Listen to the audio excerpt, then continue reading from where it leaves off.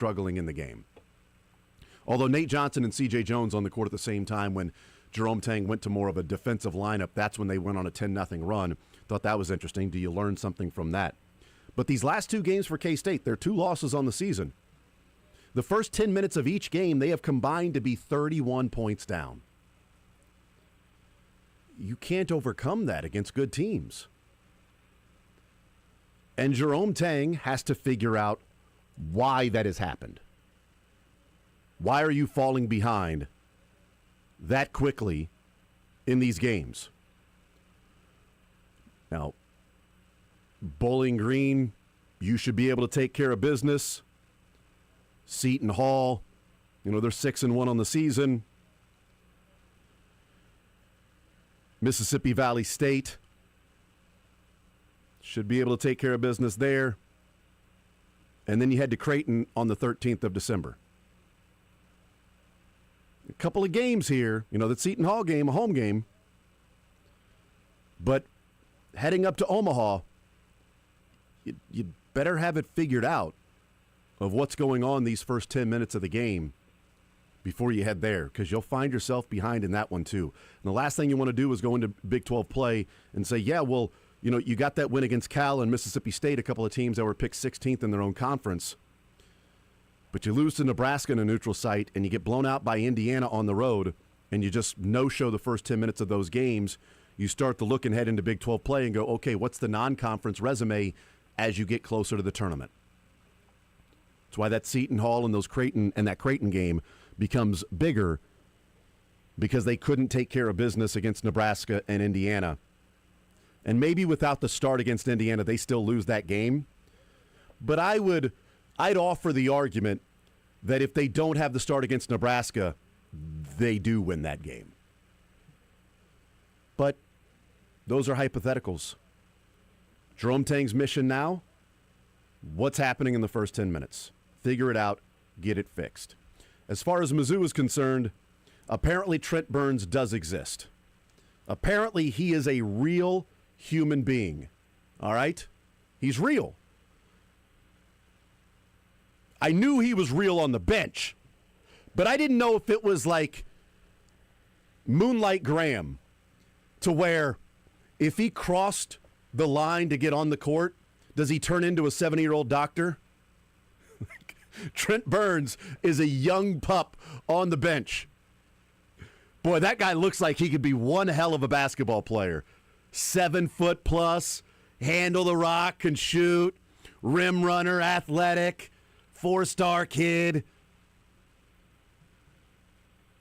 But then when he crosses the line to get on the floor, he turns in to Moonlight Graham, the doctor. And he goes and helps a girl that's choking on a hot dog in the stands, in the third row there at Mizzou Arena. And he just tips his cap to Dennis Gates and walks off the floor and disappears into the tunnel. And it's like, well, you know what? He did exist for a while. My work here is done. Dennis, if I'd only got to be a doctor for 5 minutes, that would have been a tragedy. I guess I'll be getting home now before Sheila begins to think I've got a girlfriend. And then he just walked away. Hey, kid! And then Mark Mitchell, I don't know why this is popping in my head now. Mark Mitchell then looks at Trent Burns as he's walking away. Hey, kid! Trent Burns stops as an old 70-year-old doctor turns around. You were good. Tip of the cap. Walks into the tunnel and disappears. But no, apparently he can cross that line and play basketball. I didn't know. We had no idea. So that was a good development for Mizzou.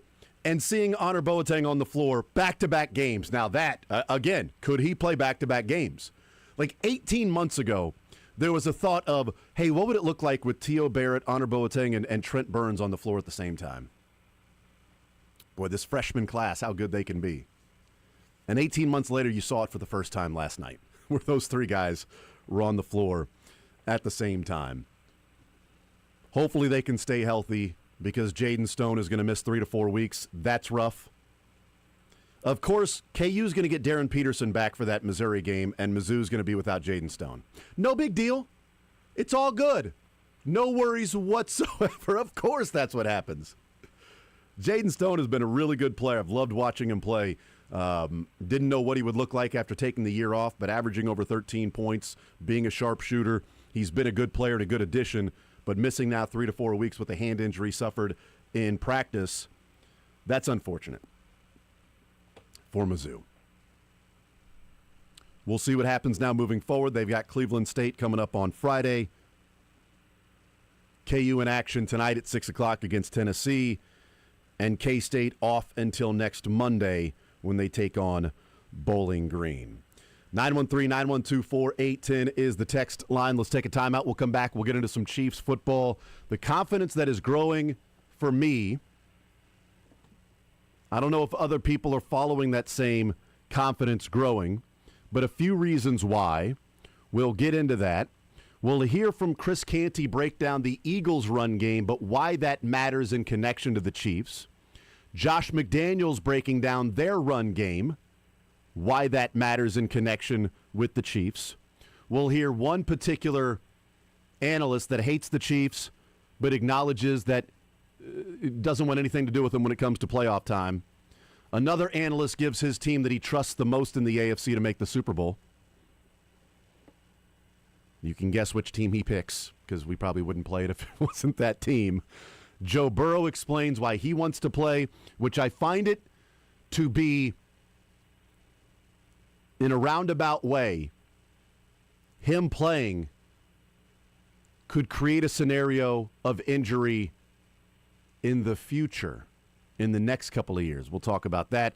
And Hunter Yurachek, the college football playoff chair, weighs in on the Ole Miss conversation around Lane Kiffin if they knock off Mississippi State in the Egg Bowl and are heading to the playoff. But if Lane Kiffin on Saturday chooses LSU, what does that do for the Rebels? We'll talk about all of that. Lee Sterling coming up later on this hour. We'll take a timeout. We'll come back. More Zone next.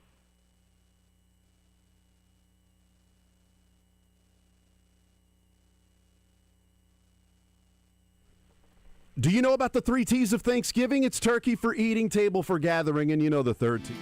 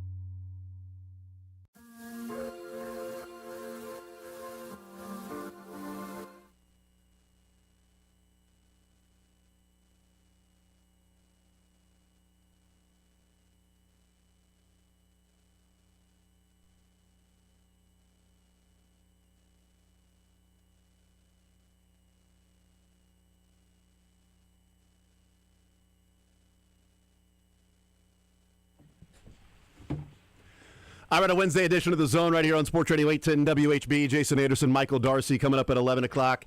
NFL Network analytics expert Cynthia Freeland joins us.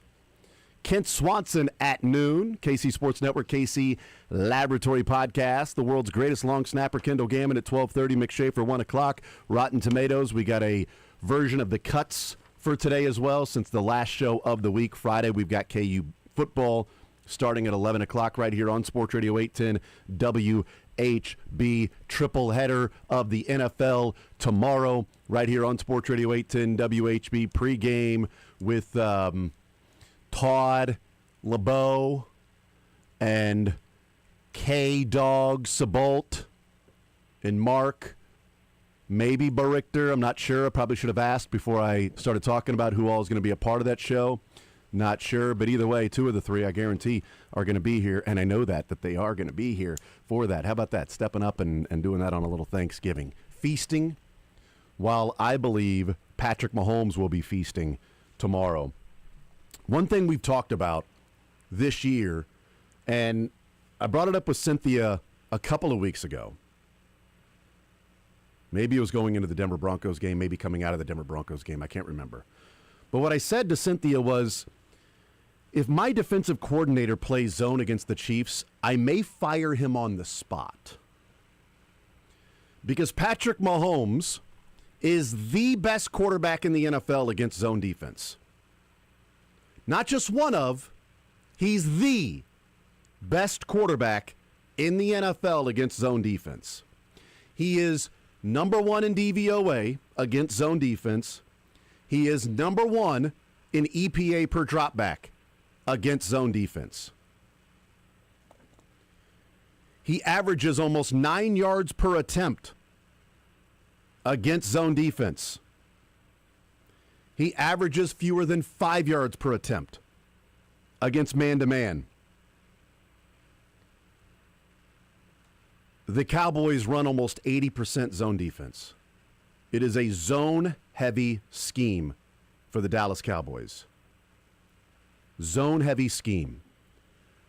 And this is what we talked about yesterday. Remember when Spags and Matt Nagy, and I can't remember who it was, that said on the short week, you've got to be really good at what you do. You've got to be able to, it was Matt Nagy on the short week. He said you have to lock in on what you do well. And this is where I think it hurts the Cowboys this week more than it hurts the Chiefs. What do the Cowboys do as much as anybody in the NFL? It is playing zone defense. Do you think that Matt Eberflus and the Cowboys, from playing on Sunday against the Eagles and then getting ready for the Chiefs on Thursday, so having Monday, Tuesday, Wednesday, from what they've done all season long, do they then spend 2 days saying, we're going man-to-man now? We're changing up what we've done almost all year long, and now we're going heavy man scheme against the Chiefs. If they had a week, or if the Cowboys were coming off a bye or something like that, like, by the way, the Colts were. That's something that isn't really talked about much from that game on Sunday, is that the Chiefs went to Denver and played a crazy physical game against the Broncos on the road, while the Indianapolis Colts were sitting at home. And then the Chiefs play the Colts coming off a bye, end up getting the win. And why Lou Anarumo would ever run zone defense, I'm not sure. He ran man-to-man almost the entire game. But he did have certain plays in which he ran zone. And Patrick Mahomes destroyed the Colts in zone defense. In man-to-man, he had a couple of big plays. He had a few really big throws. Rashee Rice man-to-man, that 47-yarder on 2nd and 13 when he just stepped up and threw a freaking dart.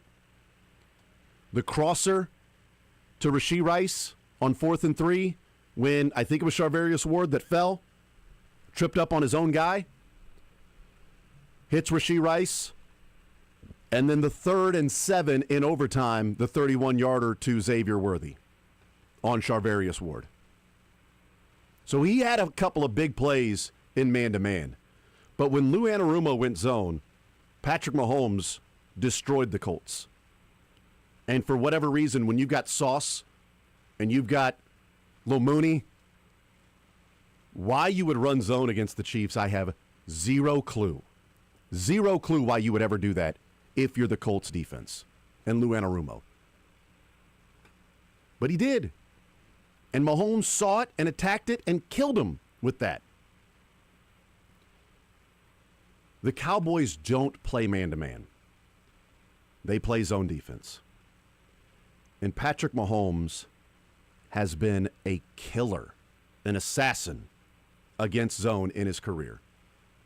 And and this is where I think when people talk about missing Tyreek Hill, I do believe there's something to that. So in 2022, teams were still playing the too high against the Chiefs and zoning them up and playing too high and playing against the big play down the field, whether that was MVS or McColl or whatever.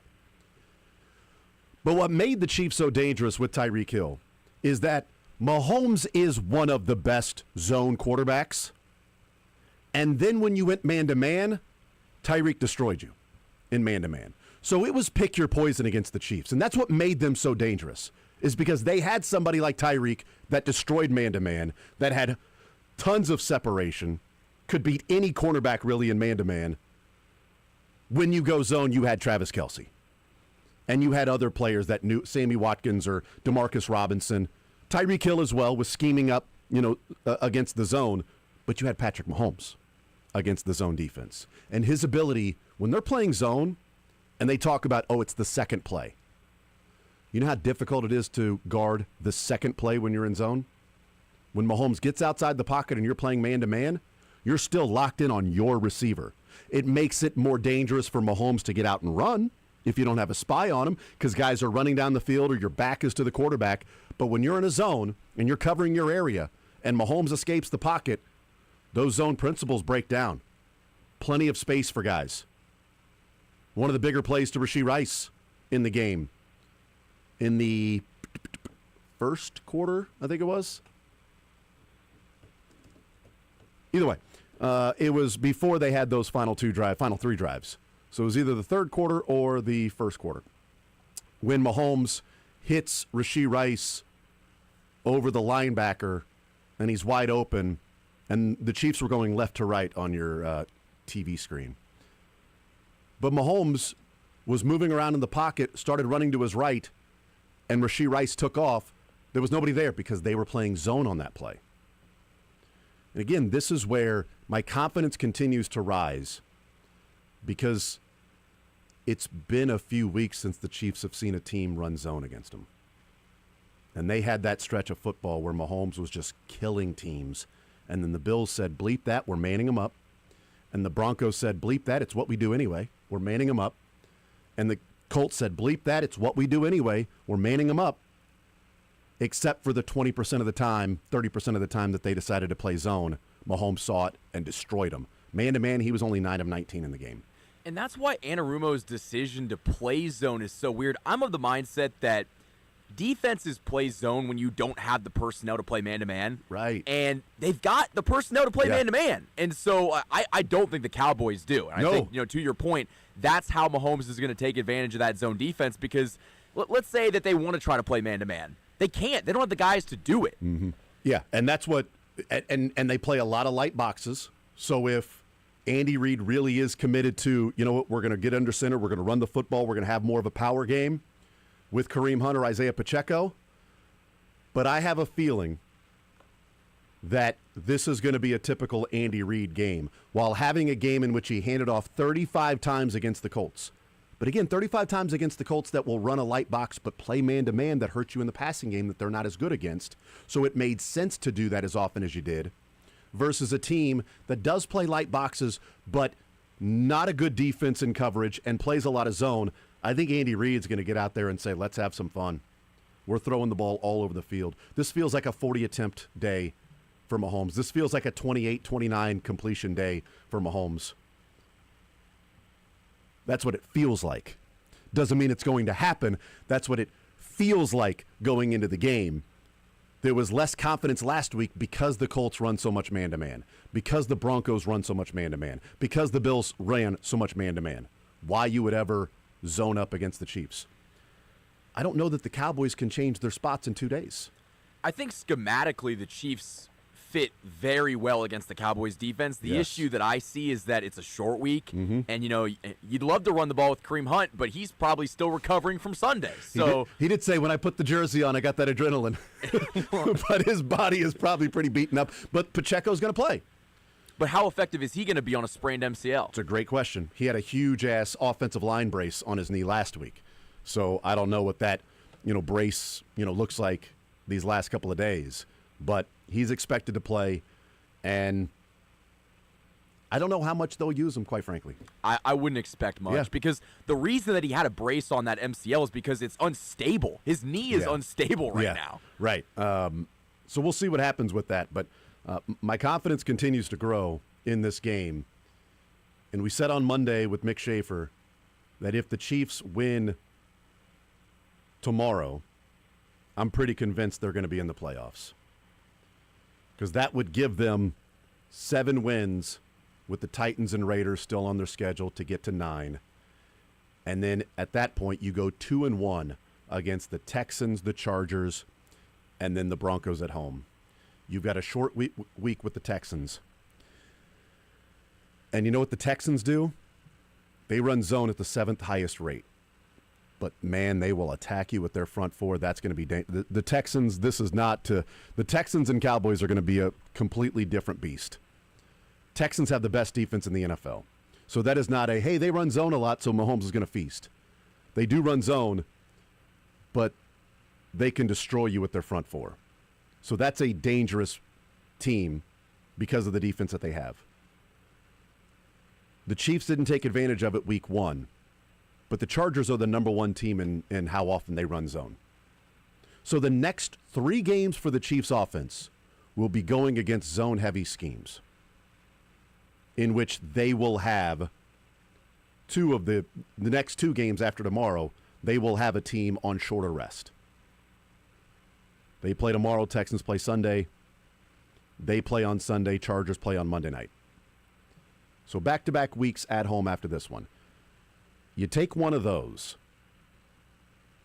and you're sitting at that point with, if you win tomorrow, you take one of those games, and the next 2 you're sitting with 8, with Titans and Raiders on the schedule, and then the Broncos at home in what may be you're playing a actual playoff game at that point against the Broncos. And you went and played terrible football, it felt like, in Denver and lost by a field goal. They'll have Patrick Surtain back, most likely. So what will that look like? We'll see. But that's a long way away. Tomorrow, a huge opportunity for this Chiefs team. And I think Andy Reid is going to go out of his way, whether a detriment or not. They're going to get down inside the 5-yard line, and people are going to go, just hand the ball off! Because it's going to be a pop pass. It's going to be a shovel pass. It's going to be, an option for Mahomes running to the right where he fakes the pitch to run it himself because he wants to score.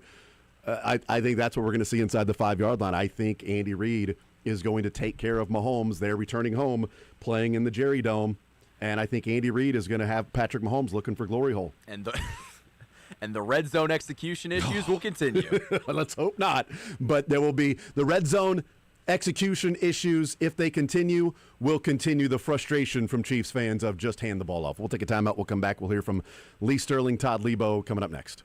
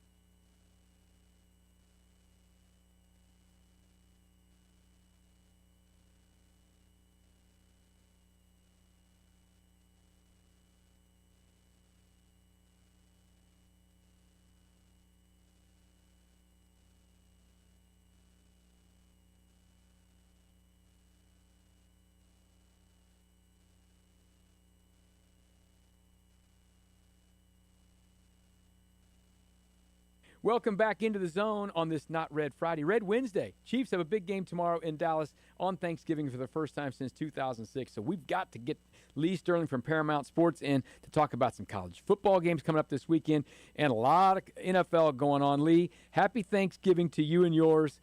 We love this time of year because you're going to have turkey shootout for us, right? Yeah, we are. 15 games, and it starts Thursday all the way through Sunday.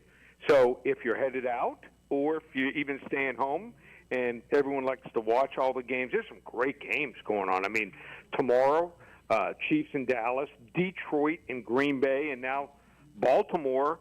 They have Joe Burrow coming back for Cincinnati. So that game, even at night, is great. I mean, college football, think of all these games that are going on. Ohio State, Michigan, Oregon, Washington, Tennessee, Vandy, Texas A&M, Texas, and even my Miami Hurricanes playing Pitt. So great slate in college football and the NFL. So we're ready to roll and hopefully win. And what all you need to do is just order it.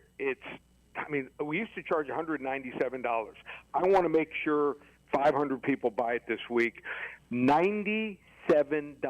And we've had, on these 15 games, we had a 14-1 one time. We've had some 13-2, 12-3, and 11-4 records, numerous of all those great records. So 15 games, college and pro, Thursday through Sunday, just $97. It's an immediate download. So as soon as you purchase it, window pops open with all 15 games. Sounds awesome. Let's talk about some games in college and pro to get people fired up for this.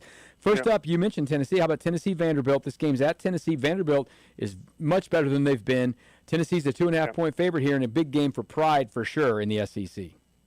They are better, and last year they're going to have to be a lot better than last year because in that game at Vanderbilt, not at Tennessee, not on the road, at home, they were dominated, and you're saying, the score 36-23, not that bad, but they were dominated at the line of scrimmage. They gave up 528 total yards. They only had 212 total yards. Their running backs, I don't think are anything special, and now they're going to face Joey Swagler. And I think he's a good quarterback for Tennessee, and they just stopped. I mean, both of these teams, Vandy played really well last week against Kentucky, got the 3 interceptions. Tennessee was up 31-0 at Florida, where it's been a house of horrors. They hadn't won since 2003. But if you're thinking it's going to be like a high 40s game between both teams, I don't know, because even though Tennessee plays at a quick pace, number 13 fastest paced team with 73 plays per game. Vanderbilt, 126 slowest out of 136 teams. They only get off 61 plays per game here. So I just think that Tennessee owns the trenches here. I think at home I like Tennessee here, 35-28. All right, let's talk a little Utah, Kansas. This game is on Friday. You can hear it on Sports Radio 810. Yep. Utah, big favorite at home last week against K-State, and had to survive. Miracle. Yep. Kansas laid an egg on the road. This is their chance to get bowl eligible. This is not a good matchup to get bowl eligible against. Almost 2 touchdowns. Utah's laying here in Lawrence. Yeah, and obviously, with Jalen Daniels going out, it is, I think, his 6th year. It feels like 7th or 8th. So he's going to have a big game here. I mean, what is going on with Utah last week? It was like a turnstile, their defense. I've never seen their run defense so poor. In that game, they give up 472, not total yards, rushing yards. They trailed for probably 97, 98% of the game here. But against a Kansas team that's not a big-time runner, I think they own the advantage here, and they have a dual-threat quarterback, one of the best in the country. They were playing from behind, and they put up 51 points. So they're playing for the college football playoff lives here. I think the right side here is Utah. Sometimes you got to lay it if you want to play it. I think they win this game something like 45-24. All right, biggest game probably in Norman in several years. I was down last week, watched them survive against Missouri. Their defense is excellent. They're a 10-point favorite against LSU, who's already fired their coach. LSU barely beat Western Kentucky last week. Oklahoma wins this game. They're going to be in the college football playoff. They got to get up every week in this SEC schedule. Will they get up again here? I think that they will. I mean, they were sky high last week, but they're playing a team. I think LSU that might be ready to quit. I mean, LSU's without their star quarterback. numerous receivers. Any guy with a nick seems like to want to beg out and miss the rest of the season. They can't score. They scored just 23 against maybe one of the worst SEC defenses of all time, Arkansas. 13 last week against bottom feeder Western Kentucky, who had not played a Power 4 conference team, and held them to 13 points. Michael Van Buren is a nice backup, but that's it. I just think this Oklahoma defense is special. You look at, they faced Michigan, held them to 13. They did hold Texas to 23, but one of those touchdowns was a punt return. So in reality, it was just 16 points on offense. Did Texas score 27 to Tennessee in a win? A tough offense to face. Alabama on the road, 21 and 1 in Tuscaloosa. And then last week, one of the best performances, 6 against Missouri, 2 field goals. Give me Oklahoma here. Not going to be pretty, never pretty, but bottom line is just want to get into the college football playoff. Sooners 28-13 over the Tigers. Yeah, nothing's pretty about Oklahoma games except the defense, if that's what you like. If you like that, right. It's really pretty, but not a lot of people like it. All right, let's talk a little NFL here. How about the Bills? Whew.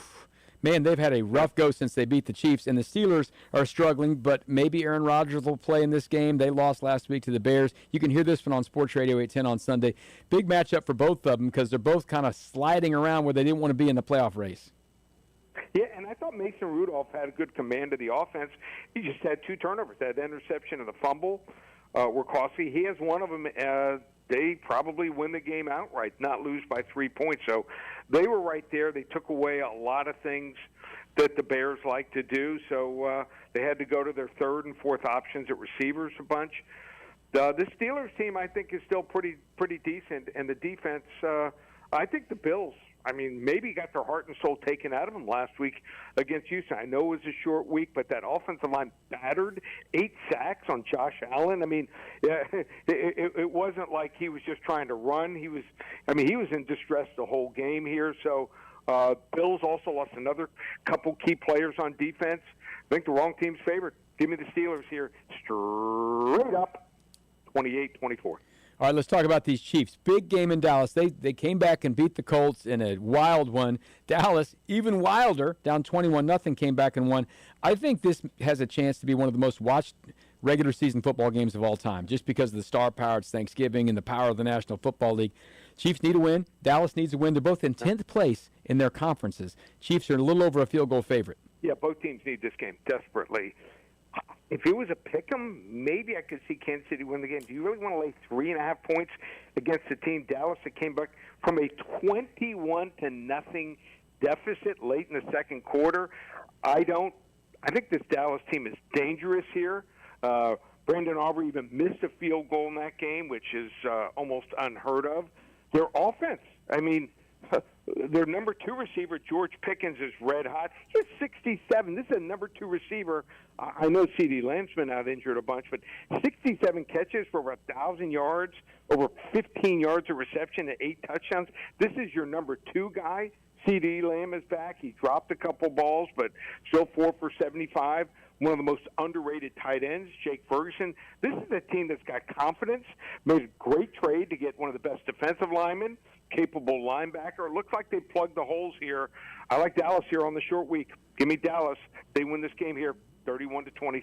Yeah, the Chiefs aren't super healthy right now. They need to get healthy by tomorrow. We'll see if some guys can gut it out for sure. All right, your game of the week is Missouri and Arkansas. This is important for a lot of reasons. Yep. A lot of people for the total for the year. This is a big one for Mizzou on this one, but it's also just big to beat your rival and to get the bad taste out of your mouth. That's your game of the week, and you got a turkey shootout. Yep, love this game. You want to get Missouri-Arkansas winner? Be one of the first 5 callers. Call 800-400-9741. Give you Missouri and Arkansas.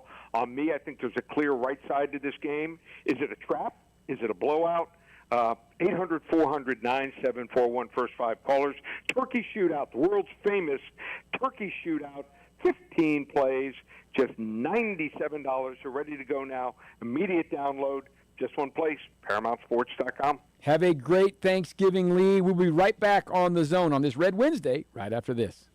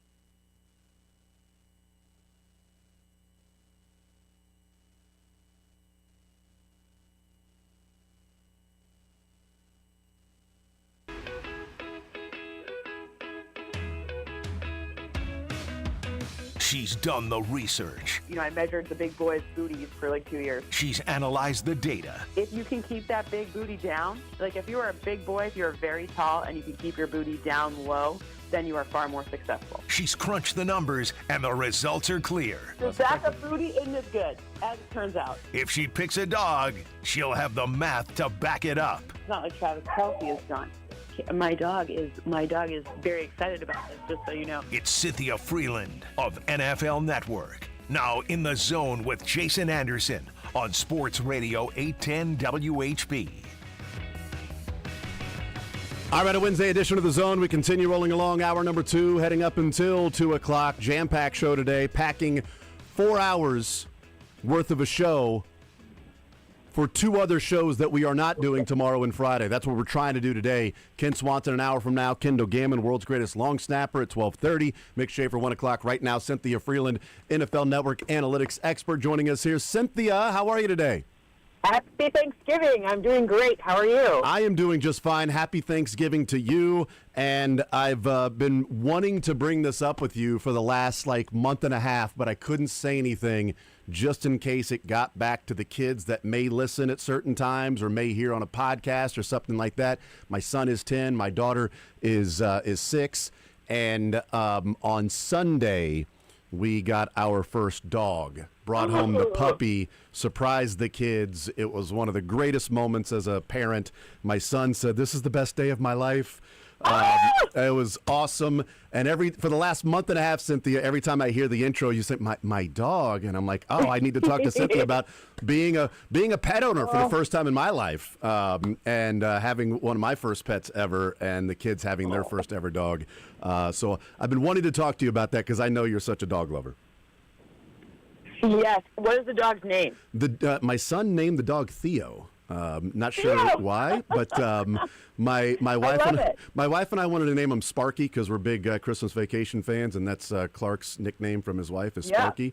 The breeder named him Rain, but that was just simply as a name to whatever. But right. No, you can't keep that name. Yes, you gotta give your own. Yes, but my son named him Theo for whatever reason. But we're like, you know what, buddy? It's part of your birthday, but it's the family dog, so go ahead and name him. What do you think? And took us a couple of days, and he's like, I think I like Theo. I'm like, okay, cool. We can call him Teddy, call him Theo, we call him Theodore. I can call him whatever I want because I'm his dad. So.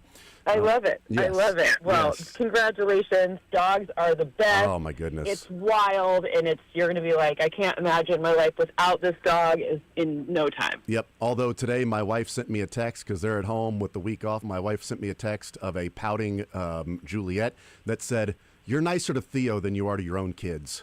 It took 48 hours.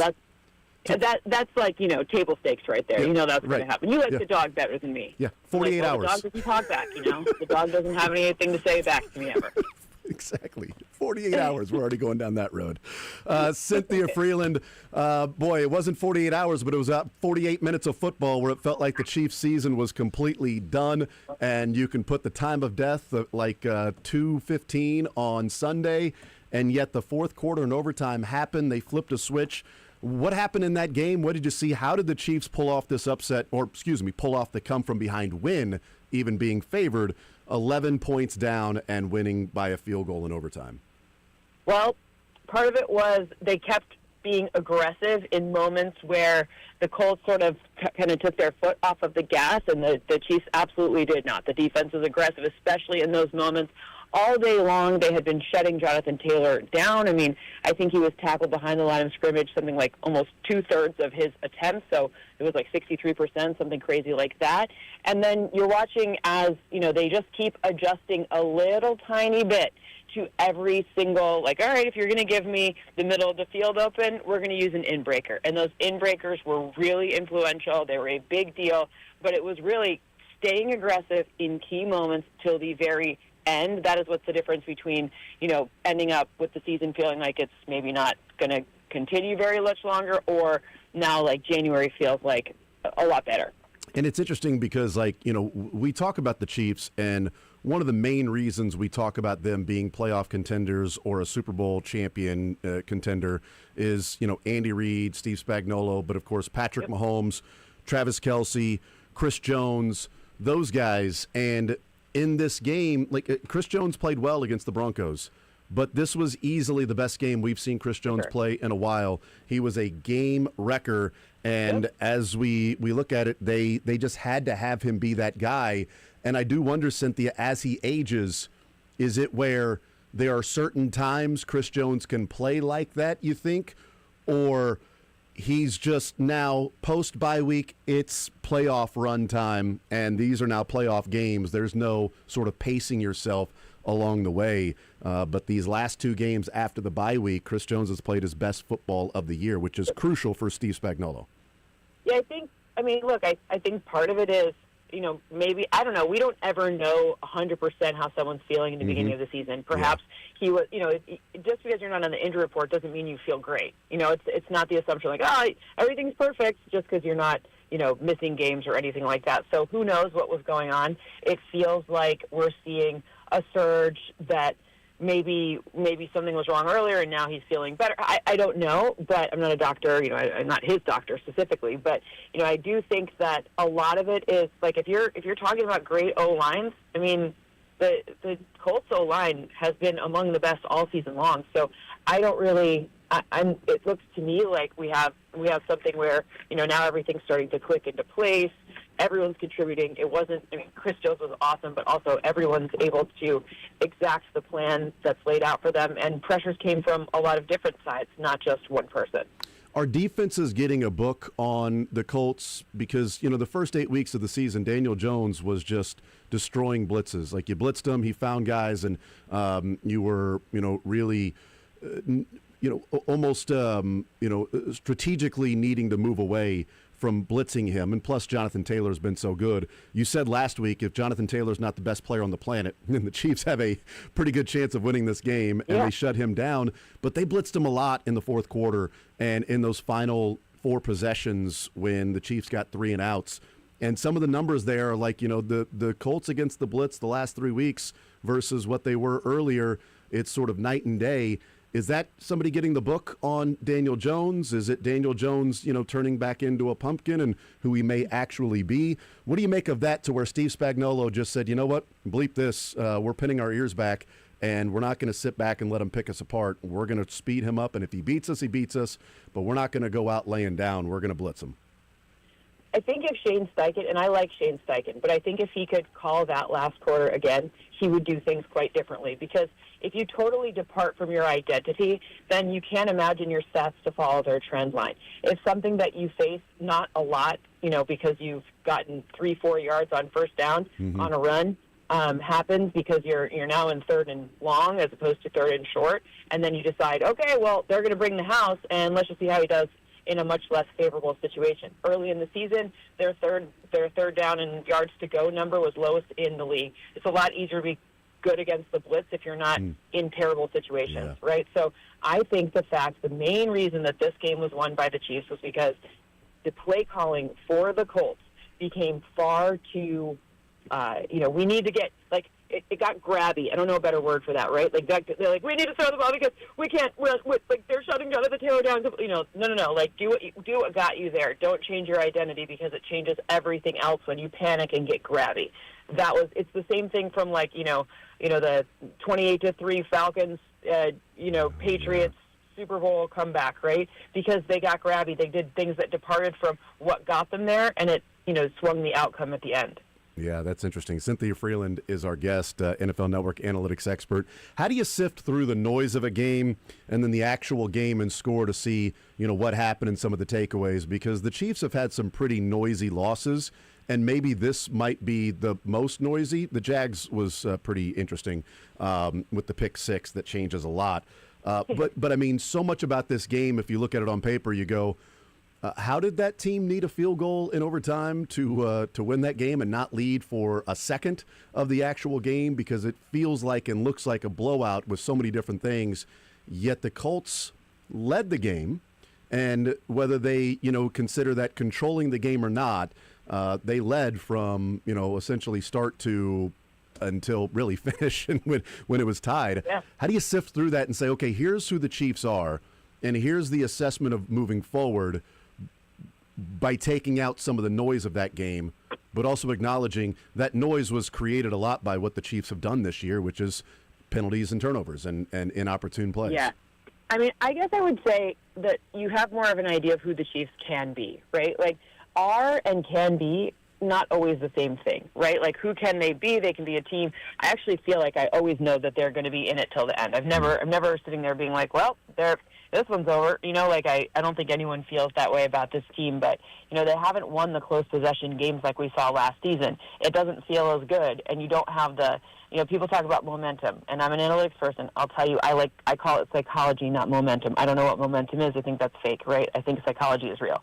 The psychology of believing you can is a huge deal. You never go out there with Patrick Mahomes or Travis Kelce or Chris Jones thinking, you know, I can't really do this, right? So I think what happened in that game, I mean, I think, you know, Lou Anarumo had a good game plan. If you look at what worked and what didn't, you know, he kept adjusting. I just think the offense got light. And not to say that the Chiefs, you know, didn't outplay and deserve to win that game, because they absolutely did. But if I'm looking at what went wrong, I don't know if it gives me a definitive answer as to who the Chiefs are. It just tells me who they can be. Interesting. I like that. That's a really good distinction. Cynthia Freeland is our guest. The Chiefs decided to listen to the fans and Twitter, which is weird. I didn't think Andy Reid would ever do that. But they said, you know what? Let's have the second play. Let's run an RPO. At our own 5-yard line, see what happens. Oops, interception. You know what? Let's just go under center a lot. Now, there might have been some RPOs in there that were handoffs, that were passes the last couple of games. But I don't know, Cynthia, that I ever would have guessed an Andy Reid coach team with Patrick Mahomes at quarterback in a feeling like you have to have it game where he turned around and handed the ball off 35 times. Like, I don't know what that is. Like Jeff Fisher, you know, took over Andy Reid's body for 4 quarters.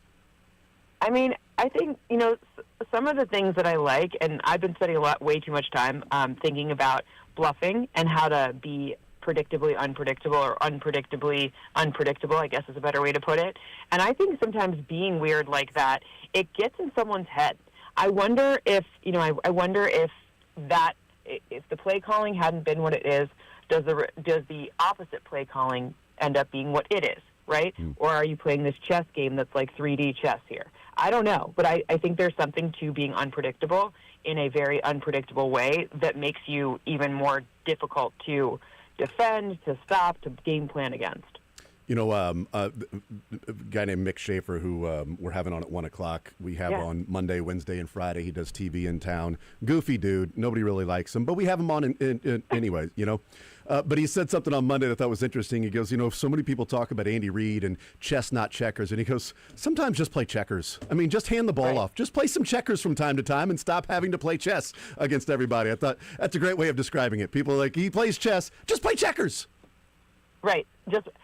But I think it's best to be like, is he playing chess or checkers? Because think about that, right? Think about the mind game there, right? Yeah. You know, like, you don't need to always be playing chess. You shouldn't always be playing chess. You shouldn't always be playing checkers. But wouldn't it be best if I don't know if the game's chess or checkers? Yeah, right. You don't know which game you are. Like, can I actually move this way? Is this one of those pieces that can move a certain way? I'm not sure. Do I get kinged if I come all the way down here? Do I get one of my pieces back? And now I can move anywhere? I don't know. This is confusing. Cynthia Freeland, NFL Network analytics expert, is our guest. Matt Nagy said yesterday that on a short week, let me pull up the quote again. I said this earlier today, and I want to get the quote right because I think it matters for this game. He was asked about a short week and what the importance and what you do to get ready, and he said you have to lock in on what you do well. Okay, so with that in mind, at least from Matt Nagy's perspective, the Chiefs destroy zone, and Matt Eberflus plays a lot of zone. I said a few weeks ago with you that if my defensive coordinator played zone against the Chiefs, I might fire him on the spot. But the Cowboys, that's what they do. Do the Cowboys have a couple of days where, you know, Matt Nagy said you got to lock in on what you do well when you play a short week? Can the Cowboys change their stripes and say, you know what, we're a heavy zone team. Let's play man against the Chiefs because it really works against them, as opposed to, hey, we're playing zone, it's what we do well, and this is how we're going to go about it? No. Well, I guess the answer is I don't think they will, because they haven't before. I mean, there are so many teams that they this is not – Patrick Holmes is not the first quarterback that they faced this season that has some significant splits on man versus zone. Mm-hmm. It's not – you know, it's who are we versus – how do we think we can bully you? And I don't know if they, it's their front is good. I think they're going to really rely on the new pieces they added to the front and kind of let the chips fall where they may. I think that's the strategy in a short week. Not because it's the ideal strategy. It's not because, I just think I think that's just like what it is. It's not as more complicated than that, right? Like, Quinn Williams, go in there, and, there's a hole where this Trey Smith guy should be. Let's go right there and ruin some lives. But what we've seen from Patrick Mahomes this season is that the majority of his yards have come on yak. His passing yards are full of yak. It's Andy Reid's specific design. It's throwing behind the line of scrimmage and asking his receivers or pass catchers for more, and it's been working. And what does that work really well against? Zone. And what does it work really well against, especially when there's no, there's some, let's call it, I don't think the strength of the Cowboys defense is the secondary. That's very diplomatic, right? So you're going to give Patrick Mahomes, who's had a lot of yak this year, zone, against this speed and not expect, okay, sure. I don't know it, but I don't know if they have the horses to be able to play man against the likes of Rashee Rice or Xavier Worthy or Tyquan Thornton even. What do you think makes Patrick Mahomes so special against zone? I mean, he's not just good. He's number one in DVOA, number one in EPA per drop back.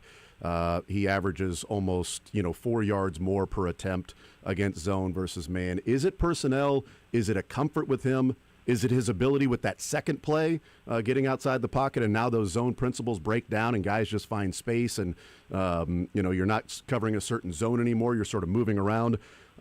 Maybe it's all of the above, but what is it that you look at Patrick Mahomes and say this is why he's sort of that assassin against zone coverage? I think a lot of it has to do with two things that you didn't mention. So everything you mentioned is great, but I also think, Patrick trusts the people who are designing the plays to help him out. It feels like some of these other quarterbacks have trust issues. I don't think Patrick has trust issues in that way. He anticipates and throws to a spot. That's what makes zone work so well. He doesn't necessarily need to dance around, wait for everyone to get exactly open to a certain amount with more than 3 yards of separation and have that happen. The anticipation is there. Also, time on task. He's done it a lot, which makes you better at it, in a lot of ways when you're an elite athlete like he is. So I think those two things, the anticipation to be able to trust, because when the trust isn't there, you see a breakdown, right? But when the trust is going and the trust is flowing, then you have really good results, and that's what we've seen time in and time out. Cynthia Freeland is our guest. I know this isn't necessarily a gambling segment, but I wanted to get your thoughts on this, and I am not giving out advice for anybody on this, but looking at some of the futures, and the Chiefs just played the Colts. And so, looking at division winners, not looking at the AFC West, but looking at the AFC South. And the Colts are still minus 200 favorites to win the South, where the Jags are plus 275 and the Texans are plus 700. They still have 2 games against the Colts as well. That seems to be some value on the non-Colts there, because I don't know that the Colts necessarily are that heavy of a favorite to win the South. I may pick them at this point right now, but I don't know what Daniel Jones is going to look like moving forward, and that Texans game this weekend is going to be pretty massive against a front that will pressure Daniel Jones all day. Just randomly, what do you think of that value that may be there in the non-Colts winning the division? I think if you're looking for value, look right at Houston, because the defense is for real. The defense is legit. They get C.J. Stroud back. That number 700 that you talked about, I don't know what that means because I work for the NFL, but that is a Black Friday deal if I've ever heard one. Not that I know what that means or anything, but it's on sale, and there's some upside there, because not only do Houston's defensive metrics look really good up front, but look at the back end of that defense. If you had those corners producing those results, you're at least giving yourself the option and opportunity to win the division. Remember, Houston played the first place schedule. The Colts, they had an easy start to the season, so I'm not suggesting that they're not as good as their schedule, but I'm suggesting that perhaps their schedule is a little bit more light than it used to be, or than it will be at the end of the thing, or that it was compared to the Texans. Cynthia Freeland is our guest. All right, a couple of quick ones. Who wins tomorrow, Chiefs and Cowboys? What do you think happens? Oh, my mother is here, and if I did not pick the Chiefs, no, I'm just kidding. But no, I think as much as it was fun to watch the Cowboys and the Eagles kind of go at it, and I like the chaos that ensues from that. I think that this is going to look like a game where we're used to on Patrick Mahomes in prime time. I mean, I just feel like the secondary of the Cowboys defense has, like, the Eagles were messy. I know A.J. Brown had a pretty good game. Devontae Smith had some catches, but they're messy. There's some mess going on there. So I'm looking at an opportunity for a team that is not a mess.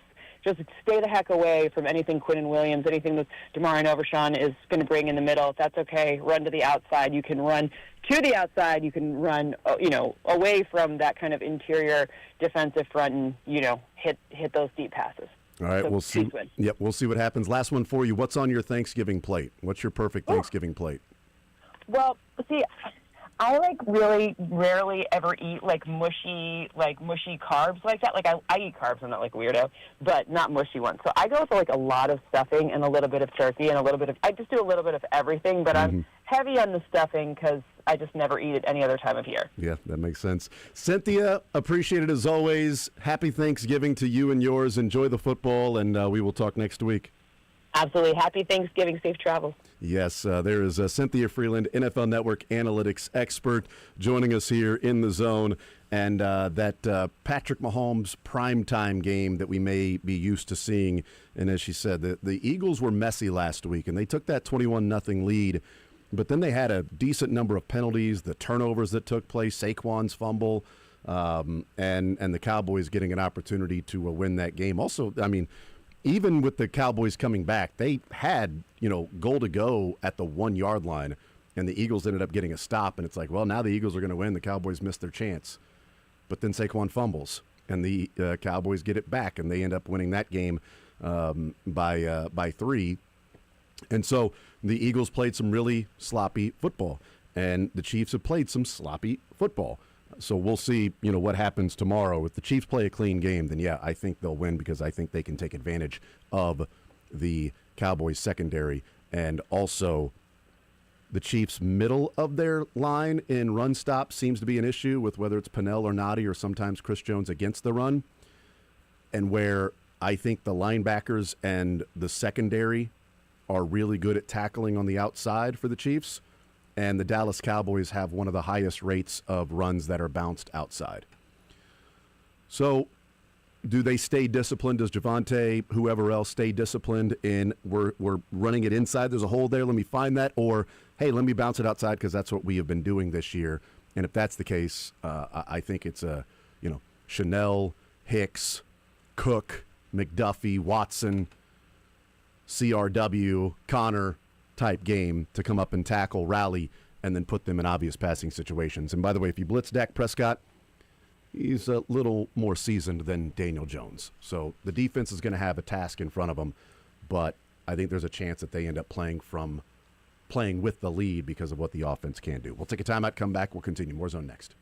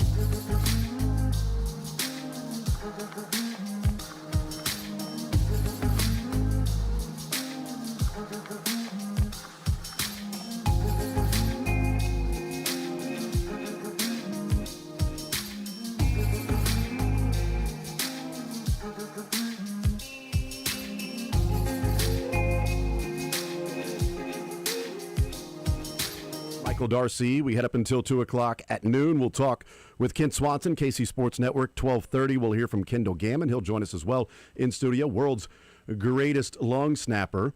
That comes up in the noon hour. Mick Schaefer in the 1 o'clock hour. Rotten Tomatoes cuts before the show is over. All that still to come. Some NFL news as it relates to the Chiefs as well. The AFC Offensive Player of the Week is Kareem Hunt. How about that? Guy got a hefty workload, and he got rewarded for it. Give him a bag of ice and some Advil. That's right. Bag of ice, Advil, and an award. There you go. That's Kareem Hunt with his 30 carries, 100 yards, 130 total yards, and the touchdown for Kareem Hunt against the Indianapolis Colts. A big reason why they ended up winning that game on Sunday. Also, Chiefs news, Trey Smith, Noah Gray, and Chris Roland Wallace are out for the game tomorrow. So much as I was talking about CRW and him and coming down and playing against the run, and he's played a lot of football. So he is out for a lot of football this year, and as of late for the Chiefs, he is out tomorrow. But Patrick Mahomes, Xavier Worthy, and Isaiah Pacheco were taken off the injury report, so no status for them on the injury report. So Pacheco not even showing up on the injury report now. So not just a questionable or whatever. He's just good to go. Full participant, no injury designation for Isaiah Pacheco. So there you go around the NFL. Also, in a old friend alert, not from specifically playing for the Kansas City Chiefs, but we know the Trent McDuffie trade back in 2022 and the Cowboys and leapfrogging them, and then the Bills, leapfrogging them, and the Bills ending up with Kyer Elam. They let Kyer Elam go. He played 7 games for the Cowboys this year. He was released over the weekend, and now apparently he's signing with the Titans. But I just think it's interesting that Kyer, the secondary of the Cowboys, what we talk about, and they're getting a little bit healthy. Siobhan Revel Jr. returning their first round or their third round pick, who was coming back from an ACL injury from East Carolina, cornerback. He's played a couple of games, hasn't started, but he's been out there. But the secondary's been so bad and even banged up that Kyer Elam is out there playing 7 games this year for the Cowboys. Now he's signing with the Titans, so there you go. Going from bad to even worse. Yeah, right. Bills to Cowboys to Titans. He's just heading in reverse. And after the Titans, it's practice squad. Could you imagine a world where the Chiefs don't draft McDuffie? I don't want to imagine that world where the Bills trade up and get Trent McDuffie. That's one of those worlds and where the Chiefs settle for Kyer Elam. If things are different, do you win one of those Super Bowls? I don't know. Honestly, I don't know. It's we know that they won 2 of the 3 with McDuffie being a big part of it and a big part of the defense. But that is just a massive swing in player for one team and player for the other in what you got by trading ahead of the Bills to get McDuffie, and the Bills then settling for Kyer Elam. It's the difference between an all-pro and someone who's unplayable. Yes. It's not like you're going from someone who is great to good. It's great to he's not even a starter. Yeah, he's now on his 3rd team in the last 12 months.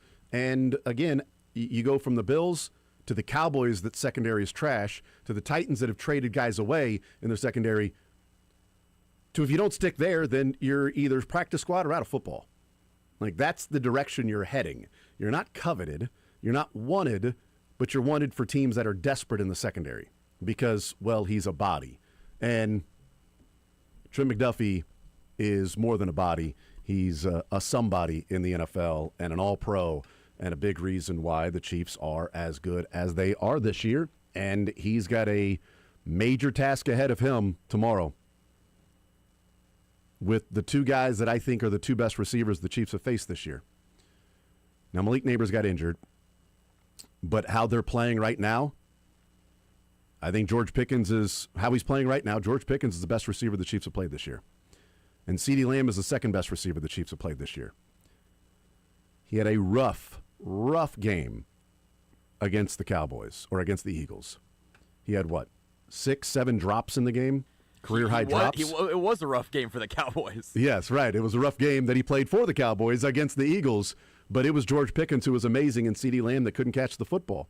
Hopefully that is, at least for one more day, just a few days later, one more game, that it's in his mind, it's in his head, and he's thinking about catching the football and where his hand should be, and then he starts dropping it, or not thinking about other things where it's just natural, boom. Like Rashee Rice on the 2nd and 13, 47-yard gain, he was not thinking about, I need to catch the football this way. He was running, hands, boom, football, I'm catching it and taking off and running. That was just natural. That's what CeeDee Lamb typically does. It's what George Pickens is doing now. But in that game against the Eagles, it was throw the ball to CeeDee, another drop. Oh, dang it. And we started thinking about it because it happened more and more. And to the point that, Schottenheimer after the game says, we're not going to go away from CeeDee. We're going to keep feeding CeeDee Lamb. Of course you do. And I think they're going to keep doing that. But it's a huge task in front of Trent McDuffie. I think I combined test and task. It's a huge task in front of Trent McDuffie. I'm gonna create that word. It's a test and a task. It's a task. It is both. It is a task. There's a lot of Chiefs fans out there that were upset when the Steelers traded Pickens to the Cowboys. Like, how did the Chiefs not do this? George Pickens, as great as he has played in moments, there's still that crash-out ability. Yep. It could come at any point, and I think part of the reason that everything is so jolly right now is because he's the number one. It's not CeeDee Lamb that is getting all those targets, and he's dropping the football. So and he's playing in a system with a quarterback that's throwing the ball to him, and he's getting 11, 12, 13 targets per game, where he was playing with Russell Wilson last year, and it was like, well, I'm going to quit on this play because I know this dude ain't going to throw to me. All right, well, I'm kind of annoyed, and that's a fumble. I'm not really going to go after it. Don't really care. Don't need to really work that hard. Where now you got Dak Prescott, you got the Cowboys. They throw a lot. He targets him a lot. And you see a committed, engaged, incredibly talented receiver right now, but also the potential for a blow-up at any point to where he could get frustrated. And if that happens in this game, hopefully that's the case. But Trent McDuffie, this from Daniel Holmes tweeted this out earlier today from Next Gen Stats. Trent McDuffie has allowed 5.1 yards per target this season, the fourth fewest among 87 cornerbacks that have been targeted at least 30 times. McDuffie has not allowed 40 yards in any game this season and is the only cornerback in the NFL who has surrendered fewer than 40 yards in 11 different games. He's the only one that's done that each and every game. He's a stud, absolute stud for this Chiefs team, and they have their work cut out for them against a really good Cowboys offense. But again, this defense is so much better when you can play with the lead. Hopefully they can do that. They didn't play with the lead against the Colts, and the defense still stepped up and played the way that it did. They blitzed the you-know-what out of Daniel Jones when it was there. And again, I go back to, and I am well in the minority on this, of what Steichen did in those last four possessions. Because even Cynthia Freeland saying when you go against what are your strengths, and you say, we're going to pass it. She said they got grabby. They were reaching for certain things instead of just saying, this is our strength, this is what we do. But as I said on Monday, I don't necessarily agree with the thought process outside of the third drive of the four. The third drive is the one that really sticks out. But if I look at the first drive after the fumble, the first play, he gives it to Jonathan Taylor, and the Chiefs drop him for a 2-yard loss. Now maybe you say, yeah, but stay with it. Okay. I could see that. But the next two plays they pass, they're both incomplete, they punt the ball. And I think maybe it was if I hand it to Jonathan Taylor again and he doesn't pick up any yards, then am I just going to hand it to him again and just punt? Or if I pass here, maybe I can pick up some yards here and then make it an easier third down. And then you go back to him. And right, then maybe I go back to him. If not, now it's third down. Let's throw something short. Maybe we get a missed tackle or something, and let's get out of here not turning the football over. Okay, that was the first one. He gave the ball to Jonathan Taylor the first play, lost 2 yards. Second possession, after the Chiefs go down, score a touchdown, 2-point conversion. Colts are up 20-17. Next possession, first play, you got to give it to Jonathan Taylor. Well, that's what the Chiefs are thinking too.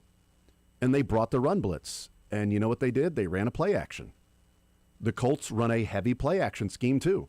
And they're really good in play action because Jonathan Taylor is that good that teams have to sell out for the run. So they ran the play action. And again, this is where it's like, well, what a dumb play call by Shane Steichen, or what a great play by Brian Cook, because Michael Pittman was open, because there was so much of the attention to Jonathan Taylor. It's first down, up by 3, they're giving it to Jonathan Taylor. Well, they play action. Gotcha. Michael Pittman, 8-yard gain, except Brian Cook gets in there and punches the ball away. Incomplete. Second down and 10. What are the Chiefs going to do? Well, on the previous set of downs on second down and 10, they blitzed. And on third down and 10, they blitzed. So it's second down and 10. What are the Chiefs going to do?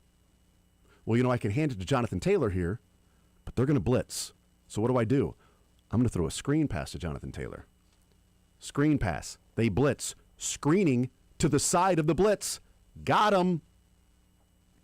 Until Nick Bolton and Brian Cook made a play to get off the blocks and tackle Jonathan Taylor for a 7-yard gain.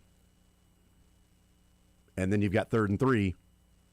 Maybe should have handed off to Jonathan Taylor there, but you tried for the short pass. Didn't work. Incomplete. Chiefs then go 3 and out and give you the ball at midfield. This is the one that if people have a complaint, this is the one that stands out. Because on first down, they were in shotgun and they offered no play action. They had Jonathan Taylor just run to the right, and that was when it was almost intercepted by Nick Bolton and Shamari Connor. That was just a bad play. At that point, it's like the Chiefs now have seen you hand off and go play action. They can't sell out immediately for the run, because if you go play action again, they kind of got, but Brian Cook came up and made a great play. That third possession is the one that stands out, because then second down is incomplete to Warren, and third down is a short pass to Pittman that they come up and tackle, delay a game. Chiefs get the ball back, go down and score and tie the game up. And then in overtime, first down, you pass the ball, and you pick up on a play action, and you pick up 4 yards. Great tackle by Brian Cook. And then you hand it off to Jonathan Taylor the next 2 times. He picks up 5 and -2. So in those 4 possessions, should he have carried the ball more? Yeah, I think looking back, you could say we got to find ways to get him the football. But they handed it off to him and he lost 2 yards. They handed it off to him and he gained 5 yards. They handed it off to him and he lost 2 yards. They threw the ball to him, he gained 7, but it was a lot more that was there for the taking that he didn't get. So sometimes you got to credit the Chiefs for coming up and making plays. And I don't necessarily disagree with the first 2 possessions in that stretch of how Shane Steichen approached it versus what you were getting from Steve Spagnuolo. It just didn't work out. And outside of that 27-yard run, he really didn't do anything. No, and that 27-yard run was opened up because Leo Chenal was grabbed and held like a bear in that one. But nobody complains about that. No Colts fan cares about that because, it doesn't fit their narrative. And no Chiefs fan is complaining about that. You know why? Because the Chiefs found a way to win. Go win the game. Cry about the refs or go win. Overcome. Chiefs have been really good at overcoming. Other teams haven't, and that's why they bitch about the refs. We'll take a timeout, come back, continue rolling more zone next.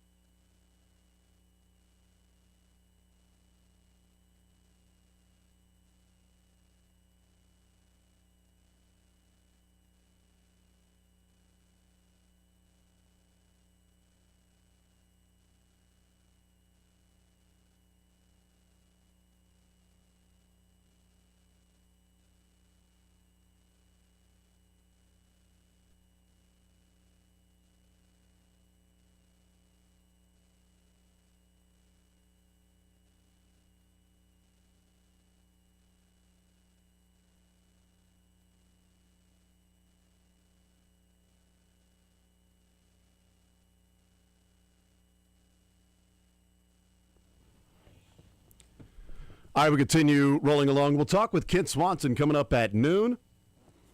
KC Sports Network, KC Laboratory Podcast. And, of course, we'll hang out with Kendall Gammon today. World's greatest, best that ever lived, the GOAT, long snapper, in studio today. And then Mick Schaefer at 1 o'clock, KSHB 41 Sports Director. We'll play some Rotten Tomatoes. We got the cuts because today's our last show of the week with Wednesday, the KU football game. Still want to get into the Board of Curators in Columbia for Mizzou meeting today at 3 o'clock to authorize to move forward with a proposed, not finalized, but proposed extension for Eli Drinkwitz. So still plenty to get into about that and what could be an unbelievable coaching carousel over the next 4 days. With Eli, if he signs an extension, what's Lane Kiffin going to do on Saturday? A lot of that still to come.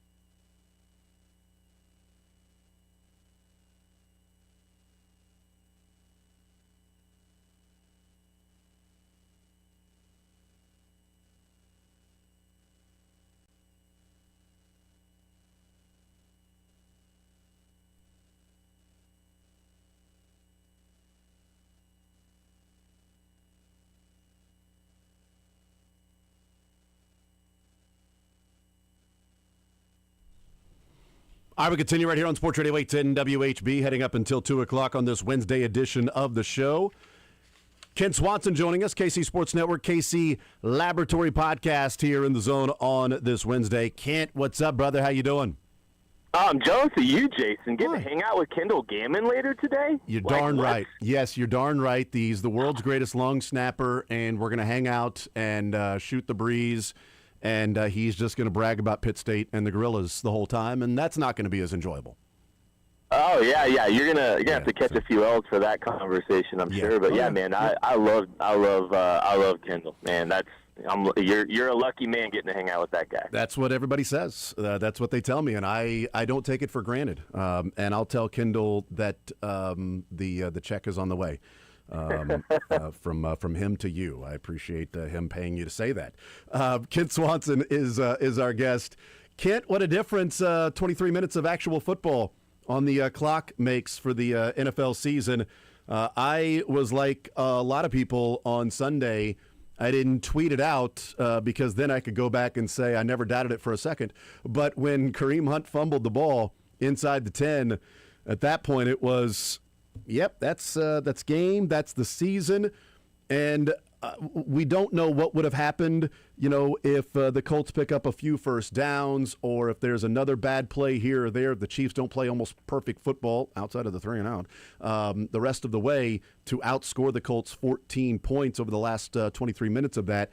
Not sure what we'd be talking about the rest of the season this year, but it felt as improbable of a turnaround in a game that we've seen with a team that constantly comes back and wins games. I don't know why, but that one felt different on Sunday for them to turn it on and do what they did in the last 23 minutes, where other comebacks you go, yeah, this sort of felt like this was possible. Sunday really didn't. I thought it was done, and now it's not. What did you make of? What did you see, and how? And did you feel like it was, if they were going to come back, it would feel more improbable than other 10-point comebacks for the Chiefs? Well, Jason, I wasn't as reserved with my tweets when Kareem Hunt fumbled that ball. I was actively saying, well, that feels like it. I said something to that effect as it was happening, because it did feel like it might be it, right? Because, if you look at this team, they've had 3 straight tests that have kind of defined how the season's going to go, right? You get the first game, against the Bills, and it's like, okay, well, this is going to kind of determine whether or not this team's legitimately in play for the 1 seed. And then you go the next week against the Broncos, and it's, this game kind of determines whether or not the Chiefs are really in it for the AFC West. And they failed both of those tests. So you saw this team stuck kind of in second gear, to quote friends. And it didn't seem like they were really going to be able to just kind of snap out of it, because that's really what it felt like, right? Like they expected it to be able to overcome, deficits. They felt like they would be able to just kind of do what they've done historically and pull these games out, and they just hadn't. And so I kind of lost some hope and expectation that this team was going to be able to pull it off. And then, hey, you know what? I think that defense stepped up and did and took a season-changing moment, getting back off the field very quickly after Kareem Hunt fumbles in the red zone. Two crucial turnovers that really put the Colts in a situation to win that game. I had no expectations that this team was going to be able to pull it off, because they hadn't the last 2 weeks. Yeah, they trail. Like, it's interesting you talk about the 3 tests that were ahead of the Chiefs: Buffalo, Denver, and then the Sunday against the Colts. It was like you said, are the Chiefs going to be able to battle for the top seed and have a tiebreaker over the Bills? Oh, nope. Are the Chiefs going to be able to win the division? Okay, nope. Are the Chiefs going to make the playoffs? Okay, nope. Until then, it turned around. they trailed by 15 against the Bills, and they trailed by 11 against the Colts. The most they trailed against the Broncos was 7. But had opportunities, plenty of opportunities in that game, and the defense had to step up. And it's a guy who has been really, criticized at a decent degree this year. He's paid a whole lot of money. He had, he lost contain in week number 1 in Brazil against the Chargers. The numbers haven't been there, but also sort of the underlying metrics hadn't been there. He played well against Denver. And then between the fumble and the Chiefs' defense going out there, eventually getting that 3 and out and not allowing another first down, Chris Jones just had this, you know what, I'm getting everybody into it. I'm getting the crowd into it. I'm going from sideline to sideline. I'm pumping up the crowd. I'm making sure everybody knows that we're still in this thing. They get a 3 and out. They get points. And the next thing you know, the Chiefs come back and win that game. And he played, I don't know how long it's been, Kent, since I watched a Chris Jones game like that, and that dominant from Chris Jones.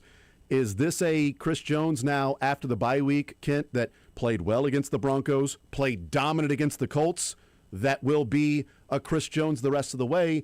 Is it that Chris Jones is getting old enough only sometimes you can see him, play to that degree against the Colts? What do you think of Chris Jones turning it on, the defense turning it on? But what do you think we see from Chris Jones moving forward? Is this the start of him looking like, a younger version of Chris Jones? Yeah, I mean, I think, with Chris, it's always been there, right? It's always been there with Chris. He has the ability to take over a game, or seemingly has the ability to take over a game at any time he wants, right? And it just doesn't feel like he's, always consistently getting to that point. He kind of feels like he's been stuck in some gears at different points, right? And I think you see, and we're all human, right? You see some of the frustrations that he's had, I think, being double-teamed at times. But his response coming out of the bye has been tremendous, and it's exactly what this team needs, right? That this is what they pay him so highly for, and his response with this team's back against the wall has been crucial to them coming out of this a little bit and being able to pull this game out right. I don't know, if we will see this week in, week out, because I think there's been a little bit more up and down nature to Chris the last 2 seasons, right? Mm-hmm. But whenever he wants to dominate a game, it does feel like he's able to. And I think he realizes and recognizes, the gravity of this team situation. If they want to even make the playoffs, they're going to have to be, they might have 1 loss left, maybe 2 if they're lucky. And they've really got to put it on. And I think he realized how important that moment for what it was for this team, and boy, he stepped up in such a big way, and hopefully they're able to get more of those type of games out of him for the remainder of the season. Yeah, I mean, if we look back and the Chiefs lose 2 more games, tomorrow needs to be one of them. It'd be tough to make the playoffs by losing tiebreakers and then losing more games in the AFC. But I'm with you. I think 1 more loss the rest of the way. Hopefully that's all that happens. Hopefully no more losses happens. But tomorrow's a big step in that direction to see if they will make the playoffs. I think if they win tomorrow, they're in the playoffs. We'll talk about that breakdown in a little bit. But I tweeted about this that I'm not sure who was wearing Andy Reid's skin, but did you ever think you would see a game in which Andy Reid was on the sideline, Patrick Mahomes was healthy and playing in a game where it felt like a must-win, and that man handed it off 35 times? While you were trailing, by the way. While you were trailing early 14-3. I mean, I don't know who took over his body, but I appreciated it in that moment and what they were able to accomplish. Yeah, I think it was some lessons learned, right? Because I think it speaks to Lou Anarumo and what Lou Anarumo's been able to do historically for against an Andy Reid team, right? And Lou Anarumo does so many different things defensively to challenge in the passing game and make things really difficult for Patrick Mahomes. Get him to think just a little bit more, dropping 8 at different times, picking and choosing his spots to generate pressure. But one thing I think that they've always been able to do against the Lou Anarumo defense is run football. And I think that's one thing that they haven't consistently leaned into all the time. And I think it's a lesson learned for this game, right? This was a response, I think, to it's a response to just kind of what they've seen historically in that Rolodex of information that they've gathered over the last few meetings with Lou Anarumo. He'll invite the run a little bit. He'll let the run happen, let the run game happen a little bit more. He's content taking the ball out of Patrick Mahomes' hands. And hey, you want to know something to speak to it? Hey, one of the biggest turnovers, the biggest turnover in that game. There's 2 on polar opposites of the goal lines, but taking the ball out of Patrick Mahomes' hands and a fumble happens in the red zone. That's kind of been the things, the snake bitten things that have happened. against Louisiana Remo defenses. So, I think it was just a response to everything that they've learned in the past with what to do against Big Lou, and it was a big piece of the reason that they were able to win that football game. And I also appreciate, Kent, that it didn't. After watching the game and seeing what happened, post Broncos press conferences into the Colts. Looking back, it wasn't just lip service of them talking about, needing to hand it off, going under center more. Patrick Mahomes even saying, some of those were pass, reads on the RPO, but maybe I just need to hand it off and help further down the line. I know there's one RPO that we all would like back in that game. They ended up winning. Luckily, thankfully, they ended up winning. But that first RPO they ran, that was an interception. But I don't know how many of those other handoffs out of the shotgun were RPOs that Patrick Mahomes said, you know what, I'm just going to give it to him. And if he gains 3 yards, he gains 3 yards. We got to keep doing a steady diet of this against this particular defense. But looking back, Kent, it didn't feel as frustrating where you go, they talked about it all week. They were going to do this, and then they don't do it. And then it's the same old Andy Reid. They're trailing, and now he just completely abandons what he wants to do and does, what he always does. And I thought there was a level of discipline in there for Andy Reid and the play calling. And to your point, a lesson learned against those particular teams. And I wonder if that is something now can be carried with them moving forward of, hey, just trust it, understand this is what it can do to defenses. And let's rely and have some breathers for Patrick Mahomes and just give the ball to Kareem Hunt. Yeah, or and Pacheco. 16 under center runs in this game, which was massive, right? And the ratio, run-pass ratio on those under center runs was like 85-15 run. So you've set the tone a little bit with the under center. You had some success under center in the run game, did some good things there. Took the RPO piece of this out of the equation a little bit when you're taking those things into consideration. And now you've got some tendencies to break, right? There should be some lucrative opportunities coming in the play action pass game, in the drop back game from under center. And so I think there's going to be some opportunities here as the season goes on because the Chiefs did such a good job of establishing some of this under center. And I think they've kind of been doing that all year. They've been more run heavy when they go under center. So that was just a stark ratio there, and it was working. So why not? Yep. I think Kareem Hunt, part of the reason that he at one point, I don't know if he still is, but he was leading the NFL in EPA per rush.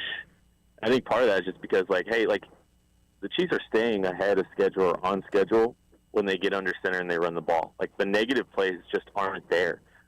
In the run game when they go under center. And that's such a huge win for this team trying to stay on schedule, and they're so, happy and content operating in those third and short situations. So, I think there's more to come and there's more to build off of in the under center run game that I think they can exploit for the remainder of the season. I think maybe the most shocking play call I've seen from Andy Reid maybe in the Patrick Mahomes era. And I say that there's certainly some bias of it being, just a few days ago. But from all of the things we've seen from Andy Reid, they're in overtime. It's second down and 10 at your own 21. If you punt the ball away the way your punt coverage has been, you're essentially telling the Colts, you might give them the ball at the 40-yard line, their 40-yard line, but you need a field goal to win if you punt that ball away with 5 minutes to go. And on second and 10 on your own 21, you hand the ball off to Clyde Edwards-Helaire. And I know he only gained 3 yards, but that was incredibly shocking that it was, you know what, this is what our game plan has been. We're going to stay with it, and we're going to hand the ball off to Clyde Edwards-Helaire. And it picked up 3 yards. It sets up 3rd and 7 because there was no chance in my mind. It was going to be 3 passes. 1st and 10 incomplete, 2nd and 10, and then 3rd and 10. And we know what happened on that 3rd and 7. But that might be one of the most surprising play calls that I've seen the Chiefs with Andy Reid in that situation in overtime. He said, "No, I'm handing it off because this is part of the game plan." Well, and I think that kind of speaks a little bit to breaking some tendencies too, and some expectations because they're just trying to give Kareem Hunt a break. And if you're the defense and you're seeing Clyde Edwards-Helaire come on the field, you may not be anticipating that run, right? It's trying to break a little tendency. It's trying to catch him a little bit with the run game. And I appreciate that with Andy. They definitely do I do think that they were more intentional about leaning into that run game, and it was working for them, right? It was putting them in advantageous situations in the later downs. So, I liked it. And I think it'd be interesting because, like, hey, look, we don't know what's going on with Elijah Mitchell. We don't know, like, are they going to bring him into the mix? Because, like, I think Clyde Edwards-Helaire either has one more standard elevation or he's out of elevations. You've got Dameon Pierce in the mix now. Yeah. So I'm curious what the running back rotation looks like for the home stretch and how much they are intent to lean to that group, because it looks a little bit better, a little bit deeper than maybe we thought it did, I don't know, week 1, week 2 of the season. Visiting with Kent Swanson, KC Sports Network, KC Laboratory Podcast. All right, going against the Dallas Cowboys, and we know what Patrick Mahomes does against the zone coverage, and we know the Cowboys have a high rate of playing zone defense with a lackluster secondary. What do you make of this matchup, and would you anticipate after 35 handoffs to Kareem Hunt and Clyde Edwards-Helaire, a game of heavy dose of Patrick Mahomes passing the ball against a defense that is as lackluster in the secondary and runs as much zone as they do? Yeah, I think you've nailed kind of the keys to this game, right, with regard to the Chiefs, because Matt Eberflus loves to run zone coverage. He's about 85% split, I believe, last time I saw. 85% zone coverage. Doesn't even really play two-man. I don't think they've played two-man one snap for the entirety of the season. So this is a zone-heavy team, eyes on the quarterback, and I think that does absolutely play into the Chiefs' advantage. It could be lucrative, for the run game as well. I think they do need to create some balance, though. I do think that is something that's pretty important here for this team is to create some balance, because that interior, especially with Mike Caliendo having to step in for Trey Smith, that interior for the Cowboys got real good at the trade deadline, right? When they brought Quinnen Williams into the mix. And to the front seven to a lesser extent, Logan Wilson's there in Dallas now, and also DeMarvion Overshown is back in the mix. One of the best young linebackers in all of football, has just been dealing with some injuries. That front seven is made significant strides since the trade deadline. So I look at this team and I look at this defense and I say, hey, look, I think they need to create some balance. They need to put those linebackers in conflict, especially since that second level has improved so much, and give themselves some opportunities to take some big plays down the field against a secondary that is exploitable. So I do think you need to run the ball a little bit more than they have historically, and maybe not 30 to Kareem. Maybe it's Isaiah Pacheco getting some love here. But I do think there needs to be a balance, especially because I think that pass rush has gotten better, and you want to put that really improved group of linebackers in conflict too. Yeah, I've gone somewhat, heavy on Patrick Mahomes and his numbers for this weekend with DraftKings. I'm at 300. I'm at 3 touchdowns for him. I'm at 28 to 30 completions for Patrick Mahomes because, again, I just think that it's in Dallas. He's returning home. He's as pumped about this game. And I think Andy Reid does that sometimes where he takes care of players in certain situations. And I'm guessing down inside the goal line, there's a screen pass, there's a little pop pass. I think Andy Reid, if they have opportunities, they're going to get Patrick Mahomes some touchdowns in Dallas, and I think they're going to throw the ball. And I think Patrick Mahomes is going to sit back and go, oh, thank God it's zone coverage. Oh, cool, I get a game with zone coverage instead of having to worry about the man. Hell yeah, let me go and eat in this game. We'll see what happens. On the flip side, though, before we get your prediction for the game, defense against the Dallas Cowboys offense, I said earlier and earlier this week that I think George Pickens, the way he's playing right now, is the best receiver the Chiefs have gone up against this year, and CeeDee Lamb is the second best receiver the Chiefs have gone up against this year. How do they attack and defend those guys and Dak Prescott and a Dallas Cowboys offense that's really legit? They have to get home with 4. They have to be able to get home with 4 as good as they have all season. That is so crucial to how this game goes. And I'm not saying that the Chiefs can't get into some of their pressure looks and their man looks, but the best way for this team to have success is if Chris Jones and George Karlaftis take this game over. without having to add math to the rush. You know, they really need to be able to pressure Dak Prescott so that they don't have to put corners on an island against two exceptional receivers, right? And you know, like George Pickens and Dak Prescott were made to play with each other. And I think Dak will still give, you know, George Pickens some opportunities down the field. But if you're going to play man coverage and you're going to play a man-free coverage, you're gonna be tested down the field to George Pickens several times in this game. And George Pickens has made a lot of teams pay, and so has Dak Prescott. Has made a lot of teams pay for, you know, playing man coverage, playing, you know, cover one man-free coverage, and giving outside receivers a chance to make a play. So you want to try to avoid that. I think you want to try to avoid, you know, having to play, you know, coverage like that. But that means that you're getting home without having to, you know, put a pressure package together. You can affect Dak Prescott. And I think, you know, the Tyler Guyton being out for the Cowboys is massive, because I think George Karlaftis can try to maybe challenge that left tackle a little bit, play through the tackle a little bit.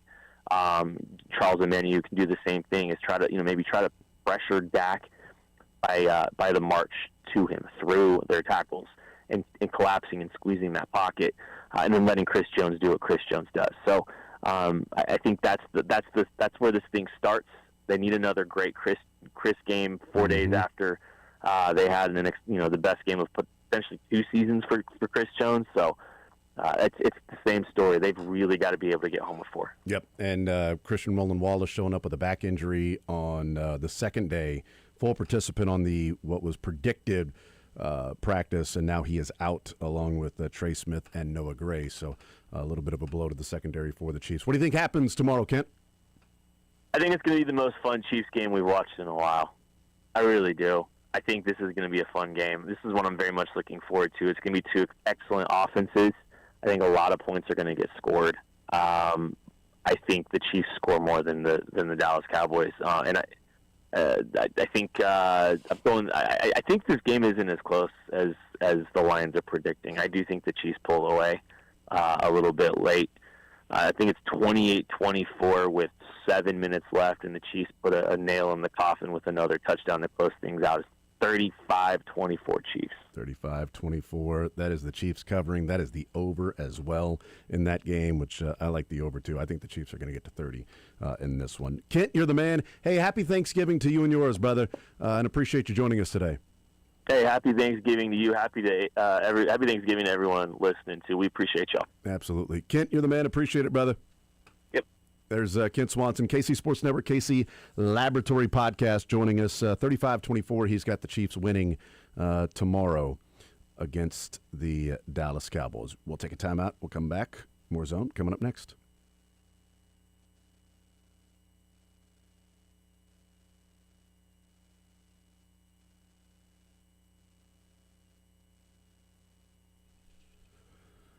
Do you know about the 3 T's of Thanksgiving? Turkey for eating, table for gathering, and touchdowns for winning. And with DraftKings Sportsbook, an official sports betting partner of the NFL, every touchdown can bring you closer to cashing in. With DraftKings Sportsbook, all the action's in your hands.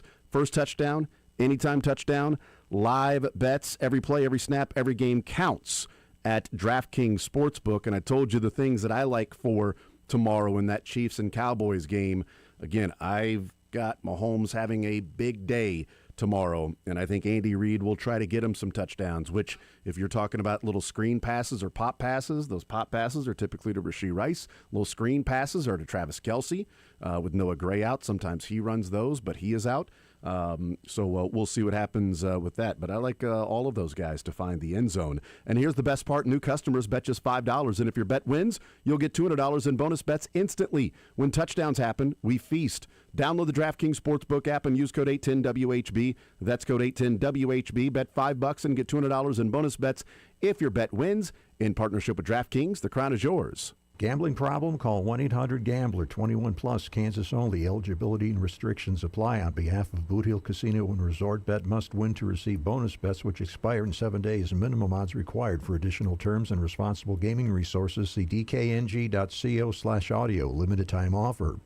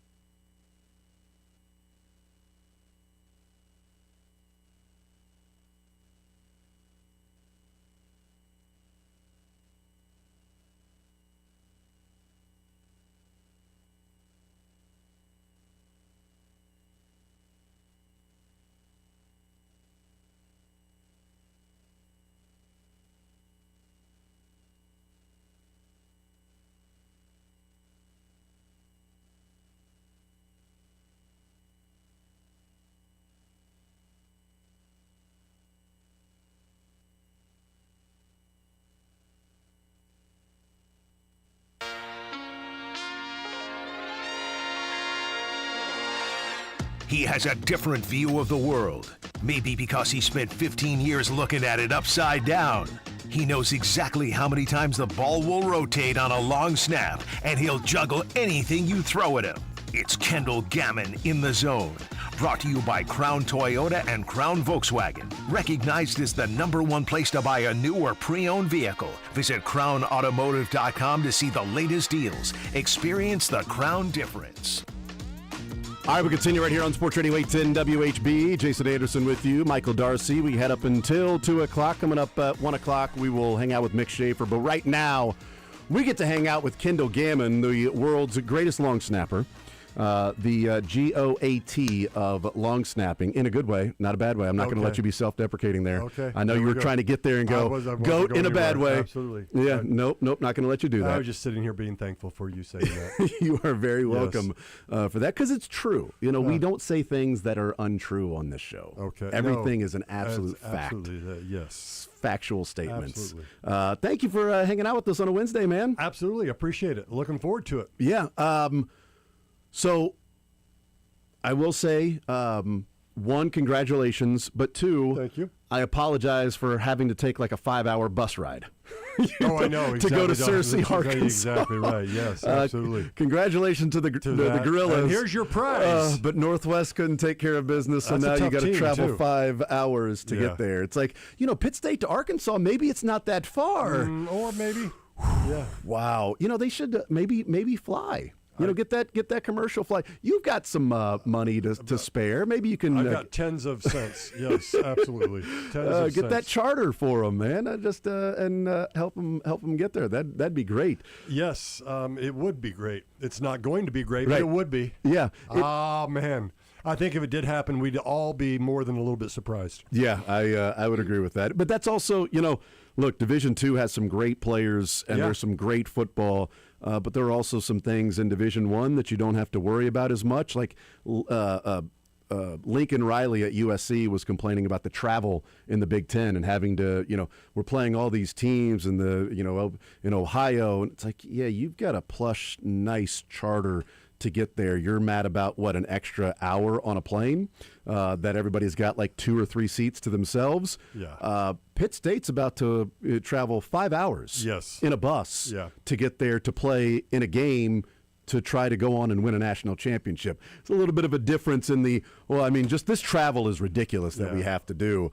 And that can't be easy to do that if you're the Gorillas or any team to travel that far. Well, and we need to let Lincoln know that this is why the Concorde is being refurbished and re-put into service. They got rid of that boom and everything. And we can get him quicker, and then everybody's fine. Yeah, and we'll let Lincoln Riley know that's what the money's for. Yes. Okay, so they pay you the money. You go play football wherever they need you to play. Yeah. Okay? I just want it to be a little more convenient and not have to travel that far. That's what the money's for. Well, maybe he's trying to get the exact job that I'm hoping for someday, is to be a fired head football coach.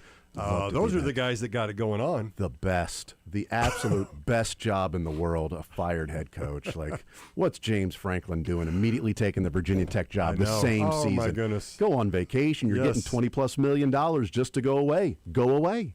Yes. That would be awesome. I would love that. Chad, if you're listening, I'll take $20 million to go away right now. Right now. Immediately, right now.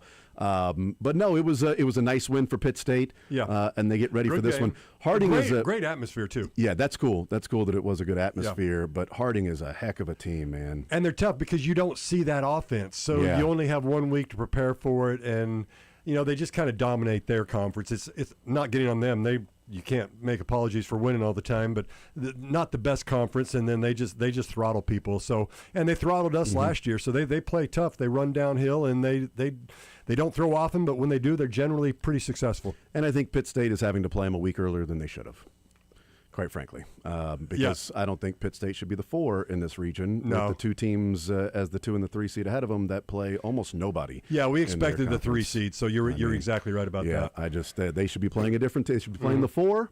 Yep. They should be playing the 3, or they should be playing the 2, right? Depending on what seed they got. I think they deserve the 2.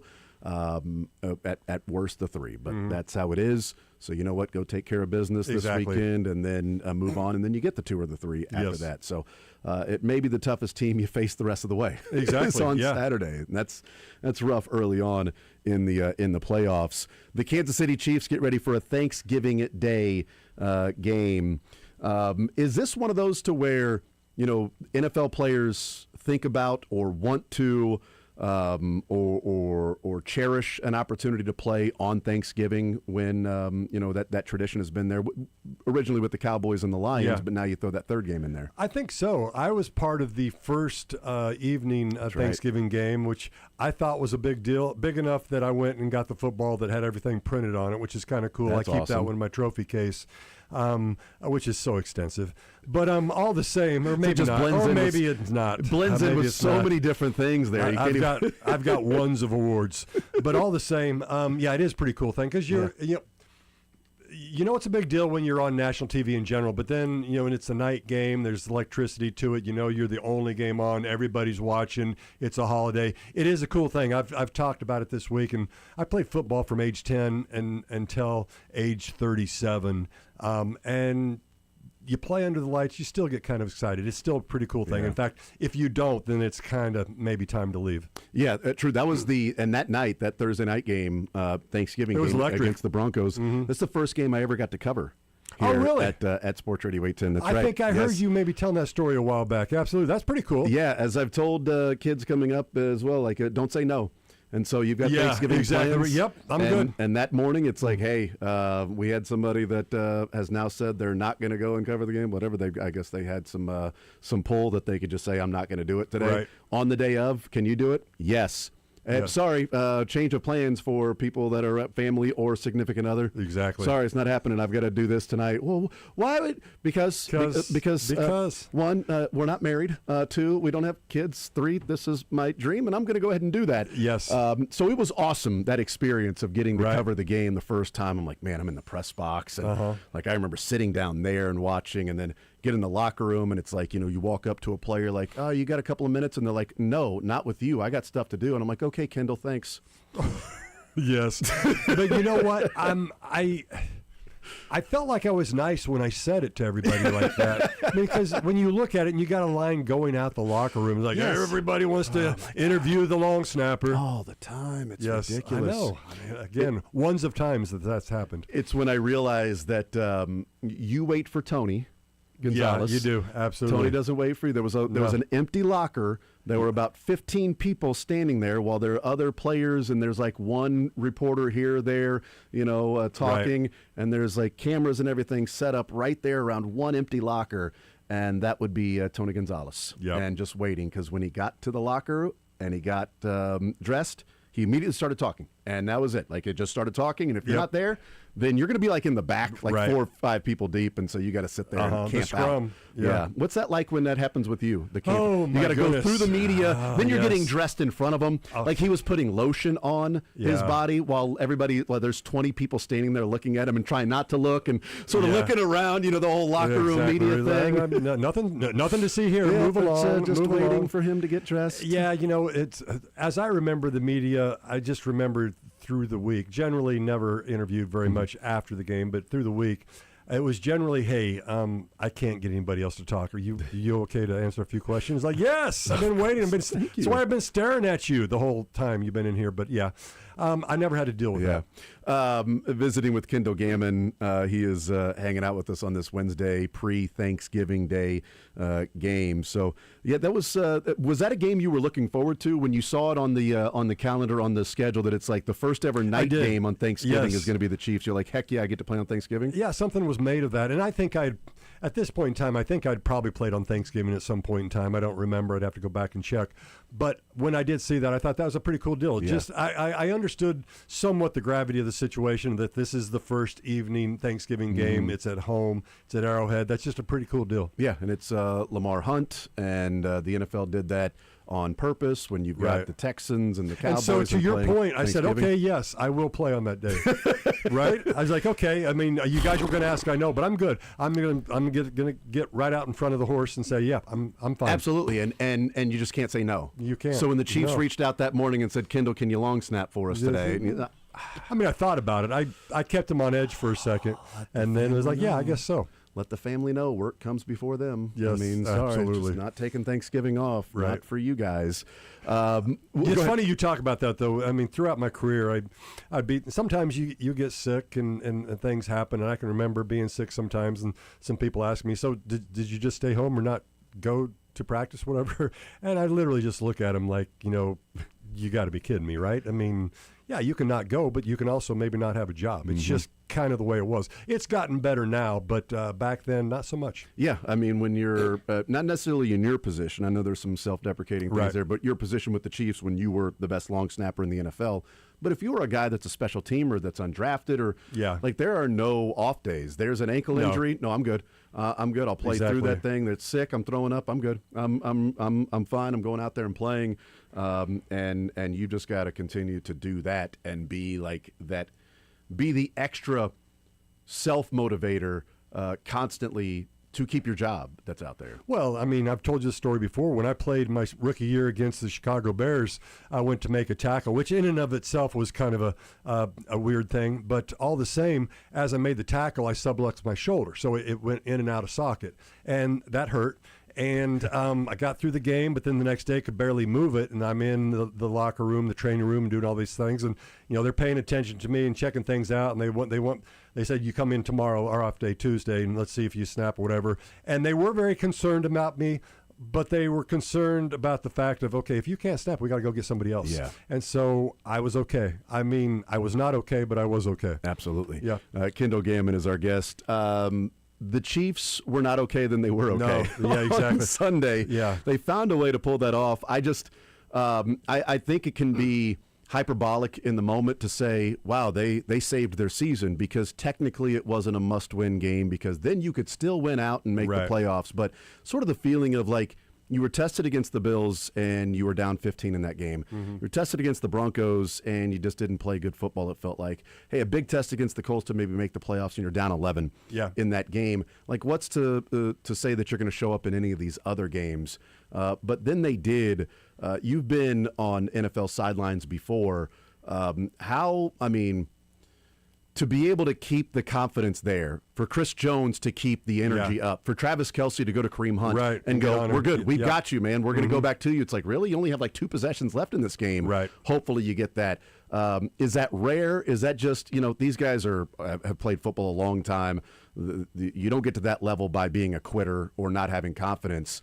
What do you make of the Chiefs being in that moment, fumbling the football, everything down, and then that's when they turn it on? You know what?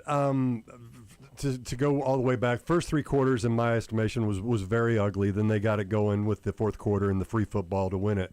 But you talk about Chris Jones, you talk about Travis Kelce, and this is just what you expect your leaders, your Pro Bowlers, your potential future Hall of Famers. Obviously, first ballot, with Travis.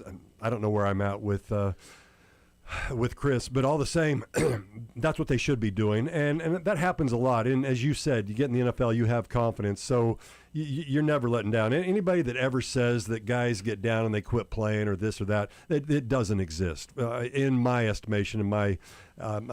You come to the NFL, you have a little bit of an ego, you expect that you can do things, and that's what we saw. I mean, you got to give him credit, but it was ugly getting there. Yeah. Visiting with Kendall Gammon, the defense all of a sudden started getting stops there against the Indianapolis Colts. What did you see there? Did the Colts get conservative? Did they start playing not to lose, and the Chiefs were playing with their backs against the wall? This is their sort of a final stand here for us to turn this thing around. How does it change that quickly where the Colts are doing what they're doing and scoring 20 points, and then they go 4 straight 3-and-outs to end the game? Well, I think it's all of the above. What you say is them playing not to lose. That's what I felt like. I felt like they were like, okay, we've just got to eat clock, and you get too concerned with that, and you get away from what got you up 15 points or 11 points or whatever it was to begin with. So I think that was part of it. Defensively, I think Spagnuolo just, not that he was calling a bad game, I just think he started going with things he thought he had to do to have a chance, which is to bring more than 4, because there's no pressure with 4 right now, and I'm not trying to get on the front 4. I think they would say the same. They should get more pressure than they're getting right now. They expect to, but they're not. And if that's the case, the fact is, you let any QB stand back there for that long, they're going to have a chance to pick you apart. So he started bringing 5 and 6, and now you're playing cover 0 back there, and you're betting that Daniel Jones can't find the open receiver before he gets tackled or gets pressured or something like that. And that's what we saw happen. And then it just kind of snowballed a little bit, and it did not hurt that you were in Arrowhead Stadium. Visiting with Kendall Gammon, the Chiefs handed the ball off 17, 18 times under center in this game, and it's been a talking point this year a number of times, especially when the offense has been struggling. For an offensive lineman, what does that do when it's like, we're handing the ball off? We know this is a run, right? So just go and take care of the man in front of you, or if you're pulling, take care of that guy. The RPOs, you can go and block, right? But I can't go to the next level. Right. I can't go 3 or 4 yards down the field, because if Mahomes is pump faking it and then it's like trying to find somebody, now there's a penalty.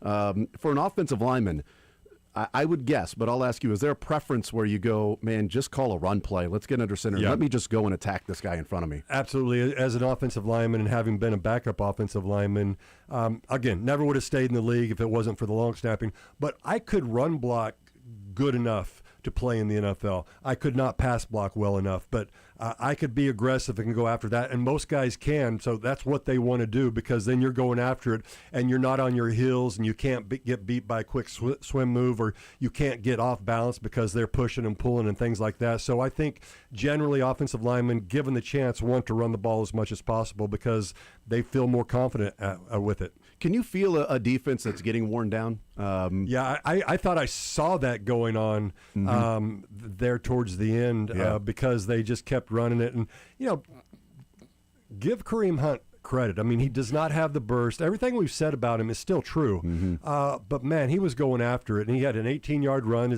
When that happened, it was like longest of the season, and you wish that wasn't the case, that's just where he is. I mean, if it's Kareem Hunt from 6 years ago, man, I don't know if we would have lost a game, but it's not. And he's still doing some good things. I still think we have an issue at offensive line. But in general, back to that. As an offensive lineman, certainly, you can see the body language over there. Yeah, Tony Romo pointed it out, and I don't remember when it was. Maybe it was that final drive for the Chiefs or in overtime.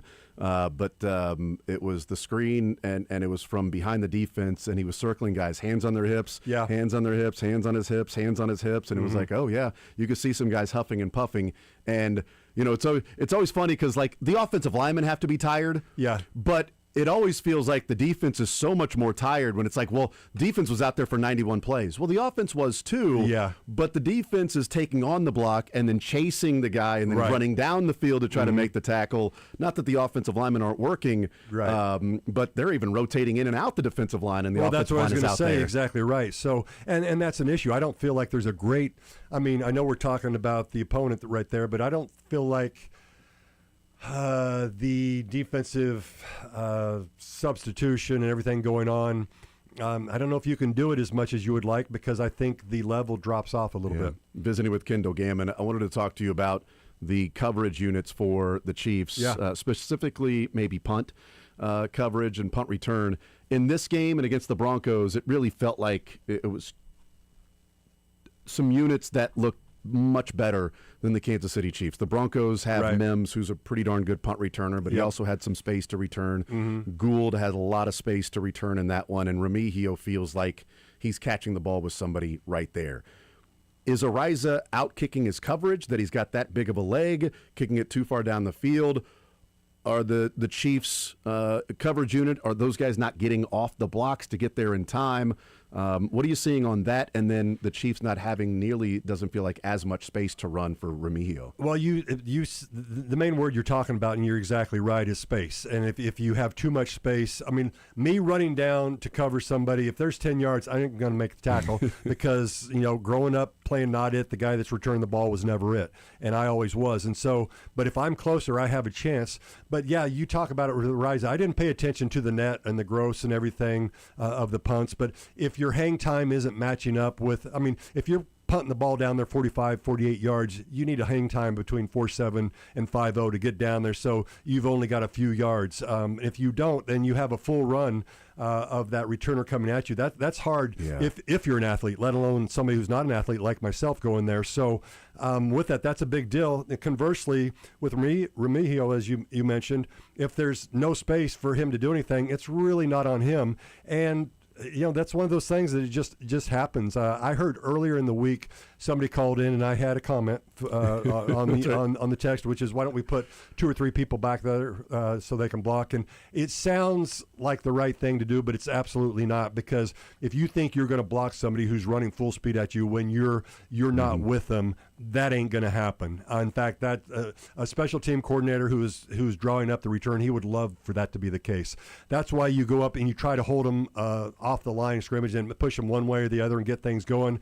And the fact is, you hear it all the time. The other team gets paid as well. Yeah. They've got some good athletes, and sometimes their athletes are better than yours at that certain point. No, it's a good point about you blocking while you're running down the field with that guy, as opposed to you're standing there watching this guy run 40 yards Oh my at goodness, that'd be my worst nightmare. I mean, the stones you'd have to have to just stand in there. What do you think? Well, you wouldn't even touch them. They'd go around you. Well, that's a good point. Also. Yeah, because they'd be faster than that, because they've got that momentum. What do you think happens tomorrow on Thanksgiving there in Dallas? I feel like Dallas plays better on Thanksgiving all the time. This is what they do every year, and they're obviously. But I just think the Chiefs are in that do or die situation, even though I know it's not that. I think that's the way they look at it, and I think they're the better team, even with what Dallas did last week, coming back against the Eagles like they did. I see this still as a close game. I was surprised that it's a 3-point game for the Chiefs, or 3.5. I forget what the line is, but all the same, I think the Chiefs, like, 24-23, and you can basically take that to the bank, because I think last week I said 24-21. 24-21, I was going to give you credit. 20, so all the same. You killed it. Now I'm one for everything. No, but I'm one. One in a row. So you're telling me there's a chance. Just like the Chiefs winning streak, one in a row. Yes. For Kendall Gammon. Yeah. Kendall, have a happy Thanksgiving tomorrow. Hopefully it is fantastic, and we're all watching some Chiefs football and a win. Thank you so much for hanging out with us, and good luck to your Gorillas as well. Thank you so much. I appreciate that. Absolutely. We'll take a timeout. We'll come back, continue rolling, and a Wednesday edition a little bit more. We got Rotten Tomatoes, some cuts, more stuff to get into as we roll along today.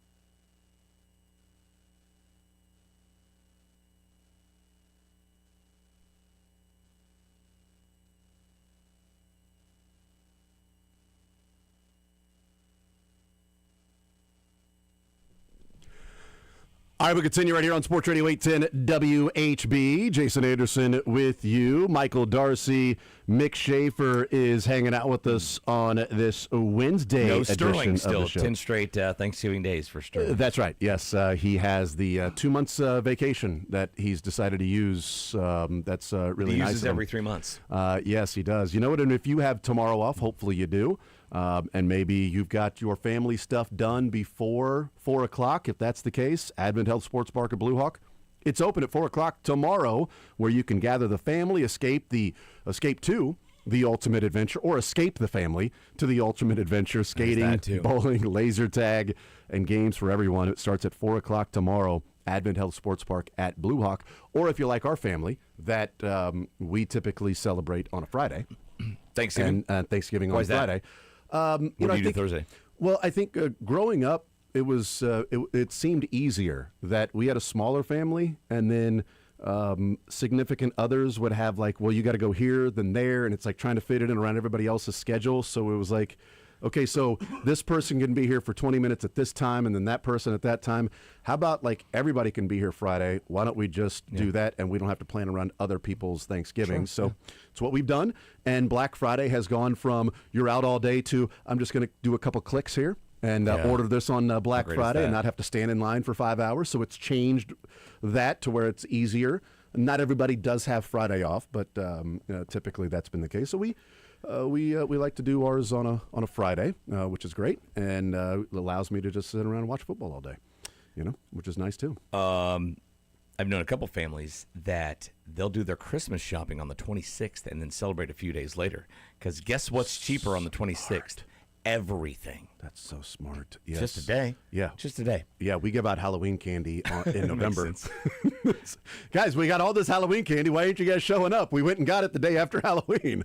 And so, like, what's going on? Well, nobody came to pick this up, so we just ate it. It's great. I love it. Thanksgiving's the best holiday for so many reasons. But one, it's always a 4-day weekend. For normal people, it's always a 4-day weekend. What about for you? 2-day weekend. There you go. Friday, Saturday. It's a 2-day weekend for you. There you go. You got that 2-day weekend coming your way. Big time. There you go. That's awesome, man. A lot of people look forward to that 2-day weekend. No, Thanksgiving is the best holiday. It is the best holiday.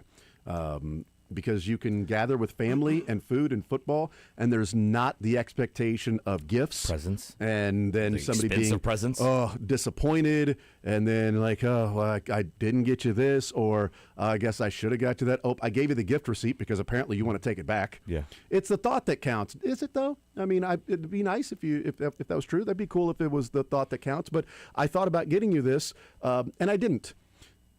Isn't that the thought that counts? I thought about getting you that. I didn't. It's the thought that counts. Great, but I don't have to worry about that on Thanksgiving. Tremendous sports scene as well. Yes. The best football in Feast the NFL. week in basketball, in NFL. College, and yes, college basketball. Feast week going on. The weather can be nice. You can go out and have your traditional family touch football games out in the backyard. Right, yeah, tackle football, touch football, whatever you want. You can go to Nate B. Katie's backyard with the tree there that's lined. You can go and play some football there, or maybe now it's the soccer pitch. I don't know. Did they change I've heard the that football tree to is football? yet to miss a tackle. That thing, it's undefeated. It's Ray Lewis in the middle of the field. It is. Just like there. It is tough. You don't want to be going east. We'll go west. No, deferred. You want the ball? I don't care. I don't care where you get the ball or not. We want to go that way. Going that way, okay? Away from the tree. Laid the wood. Hey, yeah, that's right. Did do that. We don't want the gigantic field goal post standard in the middle of. Dude. It's 10 times that width. Ready to take a kid out. Oh my God. So he locks down that side of the field. That tree really does. Nobody runs over there. Nobody runs any routes. The quarterback never looks left going that way. Always center and right, middle of the field and to the right. Crazy. The Board of Curators in Columbia, Missouri, meeting in a couple of hours today to authorize to move forward with a proposed, eventually not spending finalized a lot of money extension. to Eli Drinkwitz once they fire him in 2 years. Oh, I mean, this extension is going to get you contractually obligated to Eli for a long time, is what this one is. What's he right now extended to? That I don't know. 29? I thought they did one over the summer. Yeah, right? sometimes it can be just a year extension, but then the extension you just simply are getting a raise. It's just a pay raise, and they're adding on money. If we were to fire you, now it's going to cost us this. I think that's what this is going to be for Eli Drinkwitz. And you always wonder in the background, like, is he staying or was he not wanted? Because those are two different things. Like, I'm staying at Missouri and signing this extension, and I could have gone to Florida, or I could have gone to Auburn, or maybe LSU. You'd think the board of curators would know the answer to that. Or they took me out of the running for that job, and I'm staying. I want to stay here and sign this extension here long term. Now, I wonder of the proposed, not finalized extension, if there is some decisions for Eli to make, and then that also would attract the next person to say, look, we were trying to take care of him. Even as someone who was the 11th highest paid coach, we were still trying to give him more money and take care of him and his assistants. Why don't you come coach here? Problem is, outside of John Summerall, like at Tulane, that seems like the guy. Yeah. Like, who knows? I mean, Eric Morris was a guy that people were talking about, and now he's the Oklahoma State head coach. You know, I think the guy responsible for Patrick Mahomes. I think you guys got a good one. I do too. I like that. I can't imagine with all the openings that Drink wasn't wanted at least one place. Yeah. And I think it was the big place, the Happy Valley place. Yeah. That would be my guess. And we'll see if where Lane Kiffin goes, if it's Florida or LSU on Am I Saturday. the only one that remembers the rest of Lane Kiffin's career? Like in its entirety? Yes. Okay, I think so. You are. I mean, I feel like he's learned college now. Football fans think back to like the last 2 years, and that's it. He went through his Nick Saban rehab. He did. If you're a failed coach, you go Pretty coach for Nick Saban. Pretty sure Alabama would have won a lot of games had I been a coordinator under Nick Saban. Okay, But you've got Kiffin that turned things around. Sarkisian went there and turned things around. Like, it's the not George Kirby, the pitcher. Kirby Smart, turns things around and then goes to Georgia. Was he having a bad run beforehand? Not He wasn't a really. head coach Not before really. that, It just was he? helps the narrative. Okay, yeah. It's the rule of three. You need three two of them examples, is yes. like, kind of a, it's a coincidence. Three is like, okay, this is what you do. You go and coach for Nick Saban after failing somewhere, and you go turn out to be good. Sark had a bad 2 years to start off at Texas. He was on the hot seat. So I think the lesson there, and I like this move by Missouri, and hopefully they're committed to Eli, is stability's good. Yeah. Stability's good. Firing guys every 4 or 5 years and starting over is not good. I hope Kansas State fans are hearing that right now. You can, get better as a coach in your profession from year to you're not, 2 or 3 or 4, even 5 years in, you're not what you are on the back of your baseball card. And B, you can have a couple down seasons in the middle of a great run. It happens to everyone. It happened to Bill Belichick with the Patriots. It's happened everywhere. Maybe it didn't happen with Nick Saban, but that's my one example for that. Okay, I think stability, especially now in college sports, it's a rare thing, and if you can have it, and if you have a good coach, which you have in Missouri, then chase that feeling. Keep that stability. Yeah, and we talked last week or the week before, can't remember when it was, about Rocco Marriott from Platte County, and he decommitted from James Madison. He's going to UCF. We all thought he was going to decommit right after that Mizzou offer, and go to didn't Mizzou. know the other part. That's right. But now it's, and I think it makes sense with him decommitting from James Madison, because it looks like the favorite to land the UCLA job is James Madison's head coach. So it's like, are you going to James Madison because of the school, or are you going to James Madison to play for that coach? And now that coach is heading to UCLA. And so why? you're heading to UCF. I don't know what UCLA's quarterback situation is. I am a believer, unless I heard I'm not sure and either. so I wonder how much he thought, okay, I can go play Power 4 there in the Big Ten. Right? Yeah, Big Ten with UCLA. For now, there currently. Yes. The Big Ten currently. But yeah, UCF is a Big 12 job, and a lot of it is fit and coach. And Orlando's a nice place. It's not bad. It's not bad, and I don't know their quarterback situation either, but maybe it's Not better. sure. And I'm sure he looked at, okay, they believe in Zollers, and he's a good quarterback, and this might take me some time to see the field in Missouri.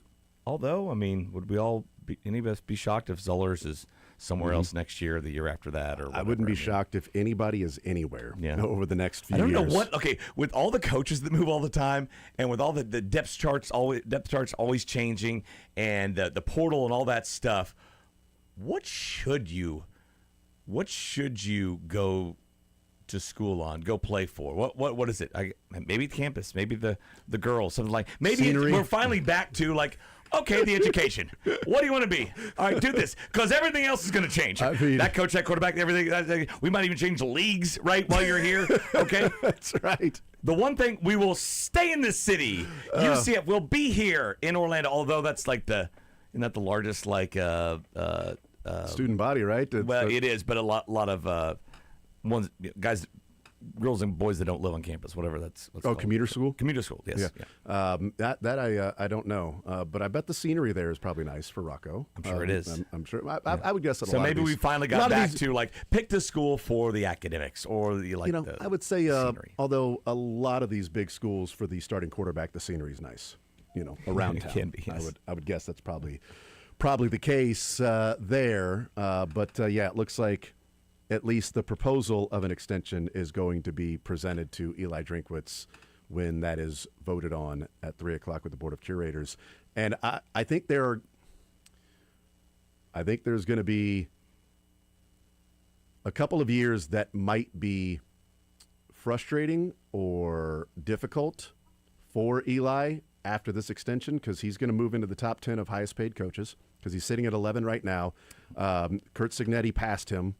Brian Kelly moved out of the top 10, so now he's still sitting at 11. And this extension will probably get him over Bill Belichick, who's at number 10.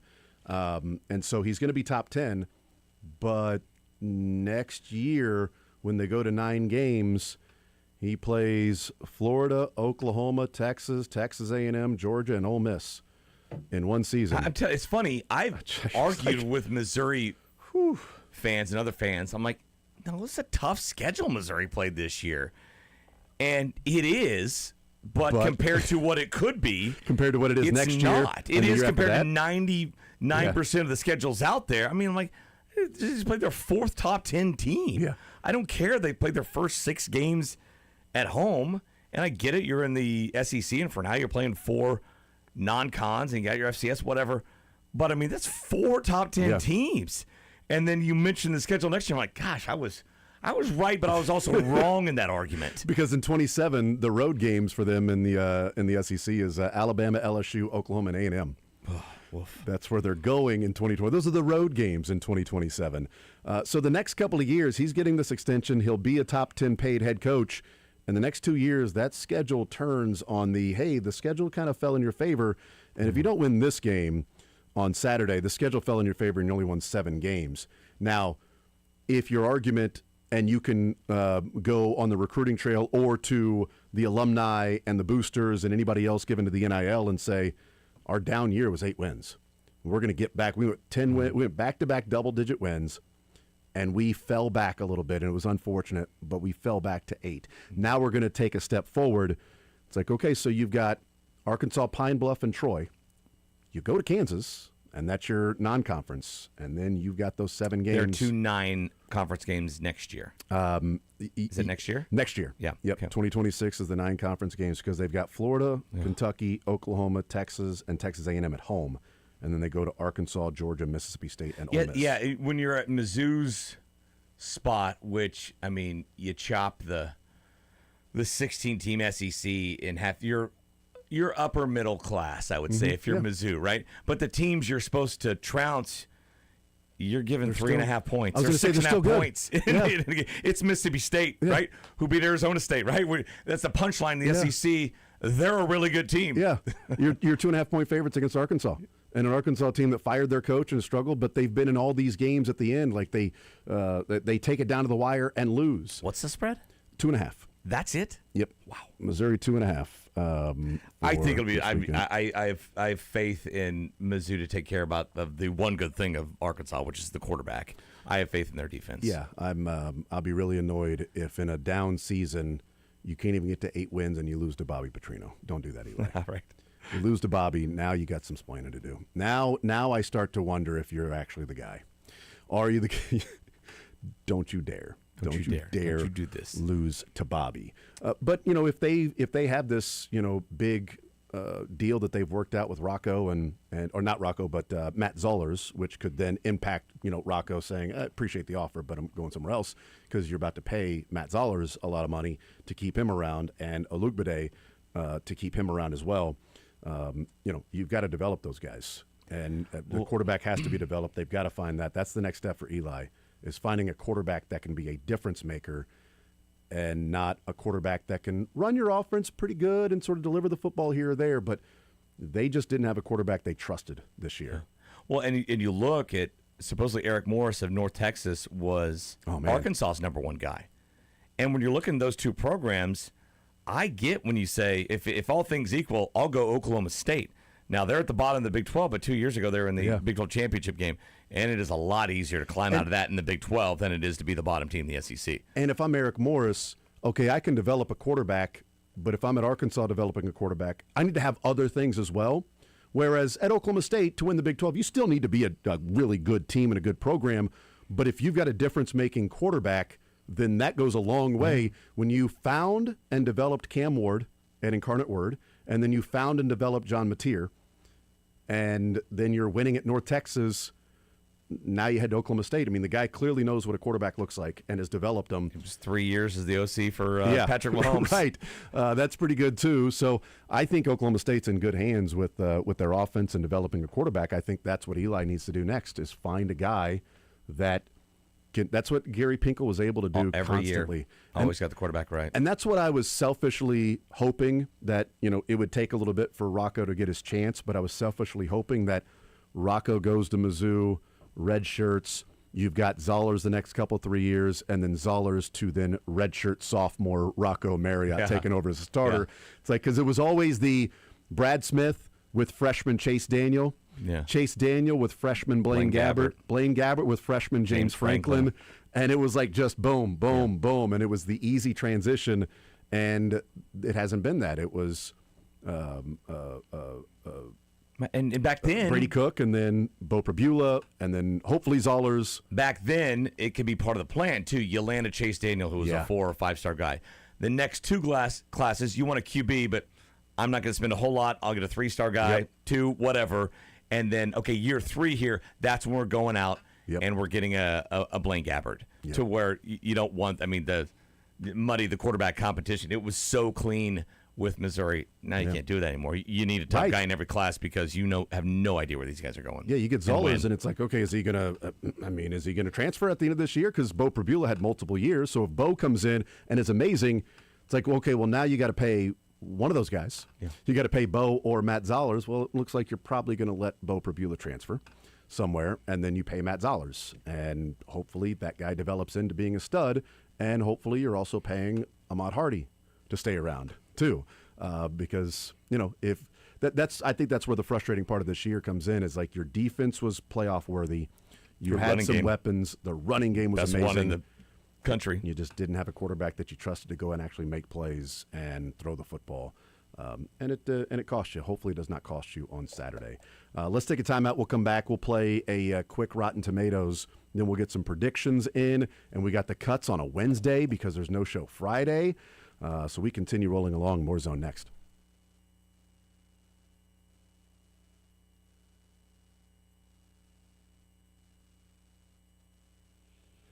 Do you know about the 3 T's of Thanksgiving? If not, I'll tell you right now. It's turkey for eating, table for gathering, and touchdowns for winning. And with DraftKings Sportsbook, an official sports betting partner of the NFL, every touchdown can bring you closer to cashing in. With DraftKings Sportsbook, all the action, it's in your hands. First touchdowns, anytime touchdowns, live bets, every play, every snap, every game counts. And here's the best part. New customers bet just $5. And if your bet wins, you'll get $200 in bonus bets instantly. When touchdowns happen, we feast. Download the DraftKings Sportsbook app and use code 810WHB. That's code 810WHB. Bet $5 and get $200 in bonus bets if your bet wins. In partnership with DraftKings, the crown is yours. Gambling problem? Call 1-800-GAMBLER. 21 plus, Kansas only. Eligibility and restrictions apply. On behalf of Boot Hill Casino and Resort, bet must win to receive bonus bets which expire in 7 days. Minimum odds required. For additional terms and responsible gaming resources, see dkng.co/audio. Limited time offer.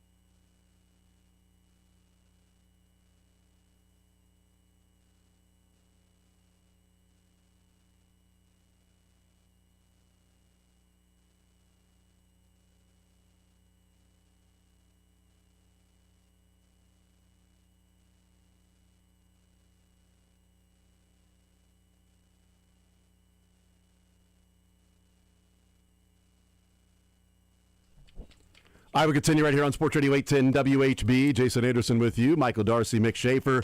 Let's do a quick Rotten Tomatoes because it's Thanksgiving tomorrow. That's why we're going to do a quick Rotten Tomatoes. And you know what? Sterling isn't here, so we definitely want to do it with Sterling not here. And he would say it's only because he's the best. And also, we still have some predictions to make for the Chiefs and get into that. And also some cuts before the show is over. Lots of stuff to talk about here, so let's go ahead and play some Rotten Tomatoes. We're just going to do one movie each. So we're just going to have a quickie here on a Wednesday. So just a real quick Rotten Tomatoes. Okay, I got it. So there you go. You know what? I'll go first, and therefore I can play catch up and get some points later. All right, so with the Thanksgiving theme, working man Dutch, played by Ed O'Neill, is dating the divorced Natalie, and he offers to drive her stuffy 13-year-old Doyle from his private school in Atlanta to his mother's home in Chicago for Thanksgiving. Doyle is not interested as he blames Natalie for the divorce and wants nothing to do with mom's new boyfriend, especially given the man's lowly working-class roots. The pairing makes for a journey filled with bickering, mishaps, and eventually bonding. Ex-husband is Shooter McGavin. In that particular movie. Came out in 1991. Dutch, starring Ed O'Neill. What did the critics think of Dutch, this Thanksgiving movie? Is that Michael? Yeah, we'll go with Michael. I have no idea. Okay. I'll say 85. 85 for you. It's a little high, I think. I liked it a lot. I love Ed O'Neill. He's just a great actor. Yeah. Married with Children might be the greatest comedy of all time. I'm going to go 65%. No points, 17%. That's it? Wow. 17%. I like that movie. Dang it. Was it a cult classic? Oh, God. 5,000 plus ratings for the popcorn. That's a lot of ratings. It a cult classic? 45%. I'll say 30. 64%. Mick Schaefer gets barely. it. It was, 17% to 64%. That's a big gap. Yeah. I think that's close to a cult classic compared to what the critics thought of it. They probably didn't like him because he was at the height of Married with Children at that point. Oh, yeah, that's probably what it was. Yeah. And our critics, we're pretty working class. 3 of those 4 on that show became stars. Yes, by the way. Absolutely. All right, what's the movie for you, Michael? So I wanted to go with the Thanksgiving theme. Okay, good. Sometimes I don't look for movies based on the holiday, just stuff that relates to the holiday. And so my movie is Fat Man and Little Boy because, that dad, son sitting around the table, getting fat, eating all the good food. Has nothing to do with Thanksgiving. That's the bombs. Yes. Nuclear war. So that feels very Thanksgiving. It could be a war depending on the household, but... Yeah. Yep. It probably it's probably a metaphor, right, for something going on. Right. And that's what I intended. When we'd go over to my grandma's house, my mom was one of 18 siblings and a lot of brothers. And so when my dad would be there, they would always team up on him and pick on him. So he'd be the little boy. And the game of Risk, one year he just got tired of them teaming up and he stood up and flipped the whole board. The game of Risk. Ball game, everybody. Take that. Sorry. That was Fat Man and Little Boy there for that the big version. one there. For that version, Dropped yes. 2 big ones. You go first with the what do the critics think of that movie? God, what year was this? 1989. Okay. God. Anybody in it that I know? I love just the obscurity. Yeah, it was Paul Newman and Dwight Schultz. Okay. I don't know Schrute. I don't know Dwight Schultz, but I Bears do. I think I remember this. Boys, Battlestar Galactica. I'm going to go blah, blah, blah, blah, blah, 55%. I'm going to go 67. It was 50%. Mick got it. Dang it. Darn it. That's another pick for Mick. I'm going to go 67 again. I don't think people liked it. Otherwise, I would have learned. 58. Yeah, I should have gone lower. 46%. Damn it, I should have gone lower. Mick is killing it. He's up at 3-0, so he just needs to hold on. Hold on without somebody getting one right. Have to get exactly on the money. I don't think I ever saw this one, but it was a famous movie, and I didn't know it was wrong on Thanksgiving, but it was, I guess. Okay. Struggling boutique bookseller Kathleen Kelly, played by Meg Ryan, hates Joe Fox, played by Tom Hanks, the owner of a corporate Fox Books chain store that just moved in. They meet online, however. They begin an intense and anonymous internet romance, and eventually they find out. Yeah. It's them. They're bitter rivals. My goodness. You've Got Mail, 1998, back when email was this new and wild thing. The future. Do you remember the Oh, what was the dog that always used to be like, for me to poop? Yeah. It's Conan. Yes. Darn it, that dog. I'll think of it in a second. But I had a buddy who decided that was going to be the thing that played anytime he got mail. So every time I hear that, I go, you've got mail. For me to poop on. Every freaking time we're in school and he's getting an email. It just keeps going, for me to poop. So anyway, I'm going to say that was a 78% for the You've Got Mail. Triumph. Dang it. Comic dog. Triumph. Give me 81. I'm sorry. What I are the said two guesses? 78. He said 81. 69%. Yeah, all Jason right. gets it. Nice. What a nice little Nice rating. Nice little rating for that one. Popcorn meter, What Michael. did the viewers think of that? I'll give it a 78. I think it's like an 84. 73. Dang it. Michael gets that one. That's good. Let's All right, spread these so points out. That means Mick has won 3-1. That's a quick. We said we're going to play a quick one, That's a and quickie. and we did. We got a little quickie there, and we'll take a time Quickie out on Hump Day. That's right, and lots of things to be thankful for with that. We'll come back. We'll talk about this Chiefs Cowboys matchup, and we will also have the cuts before the show is over. More Zone next.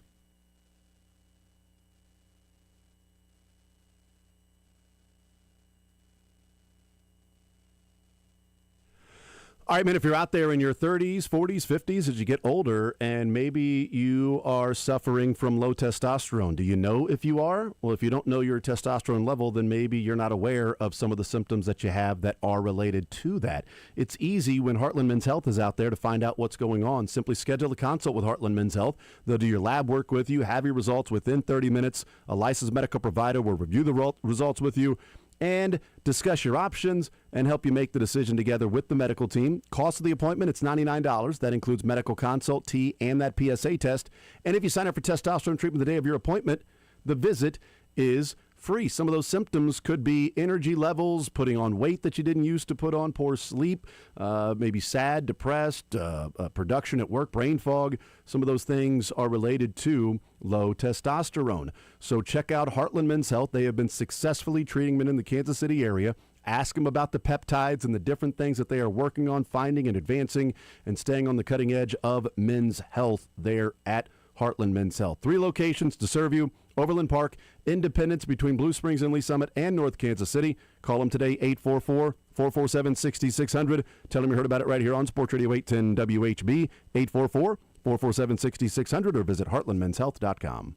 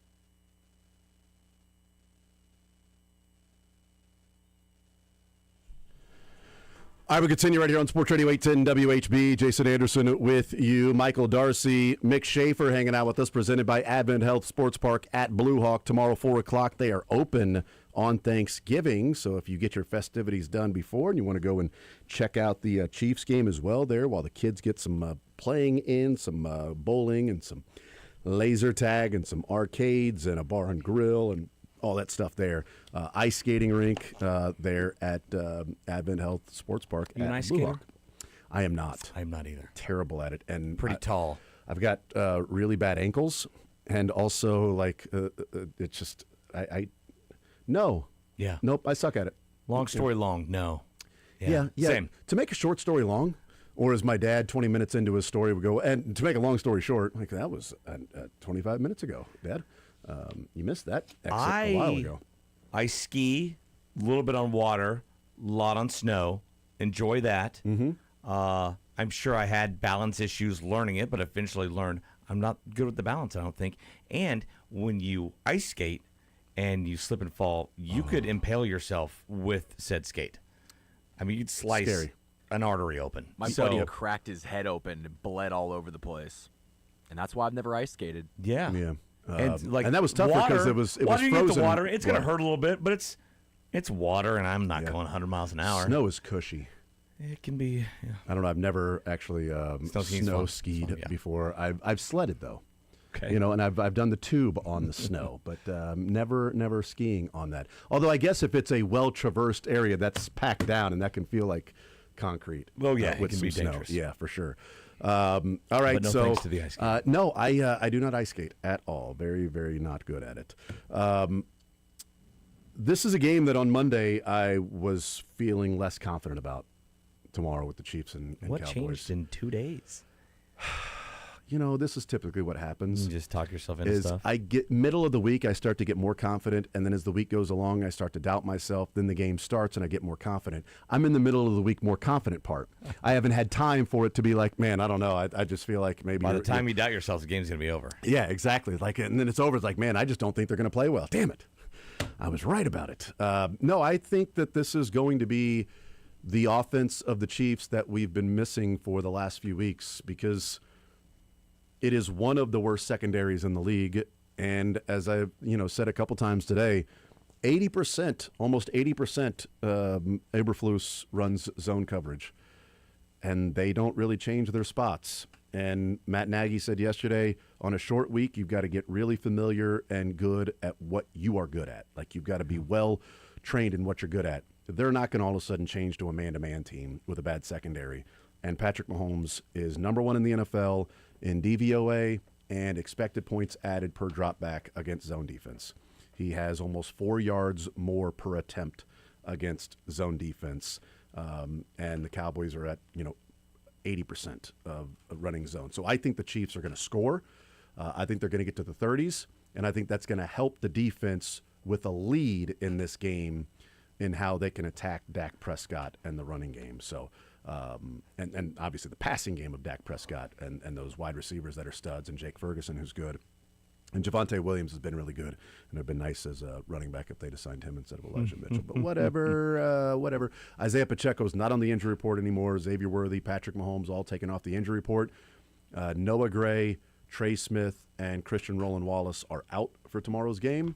So we'll see how that affects them. But I think the Chiefs get in the 30s. I've got it 34-27 that the Chiefs win because I do think that offense can score, and I worry about the Chiefs playing the 2 best wide receivers they've faced all year. I think Pickens is the best wide receiver they've played all year, the way he's playing right now, and CeeDee Lamb is the second best wide receiver they've played all year. So 34-27. Pretty good deal when you got CeeDee Lamb and he's the second best receiver on the team. The way they're playing right now, especially with CeeDee having 7 drops on the game against the Eagles. So what do you think, Mick?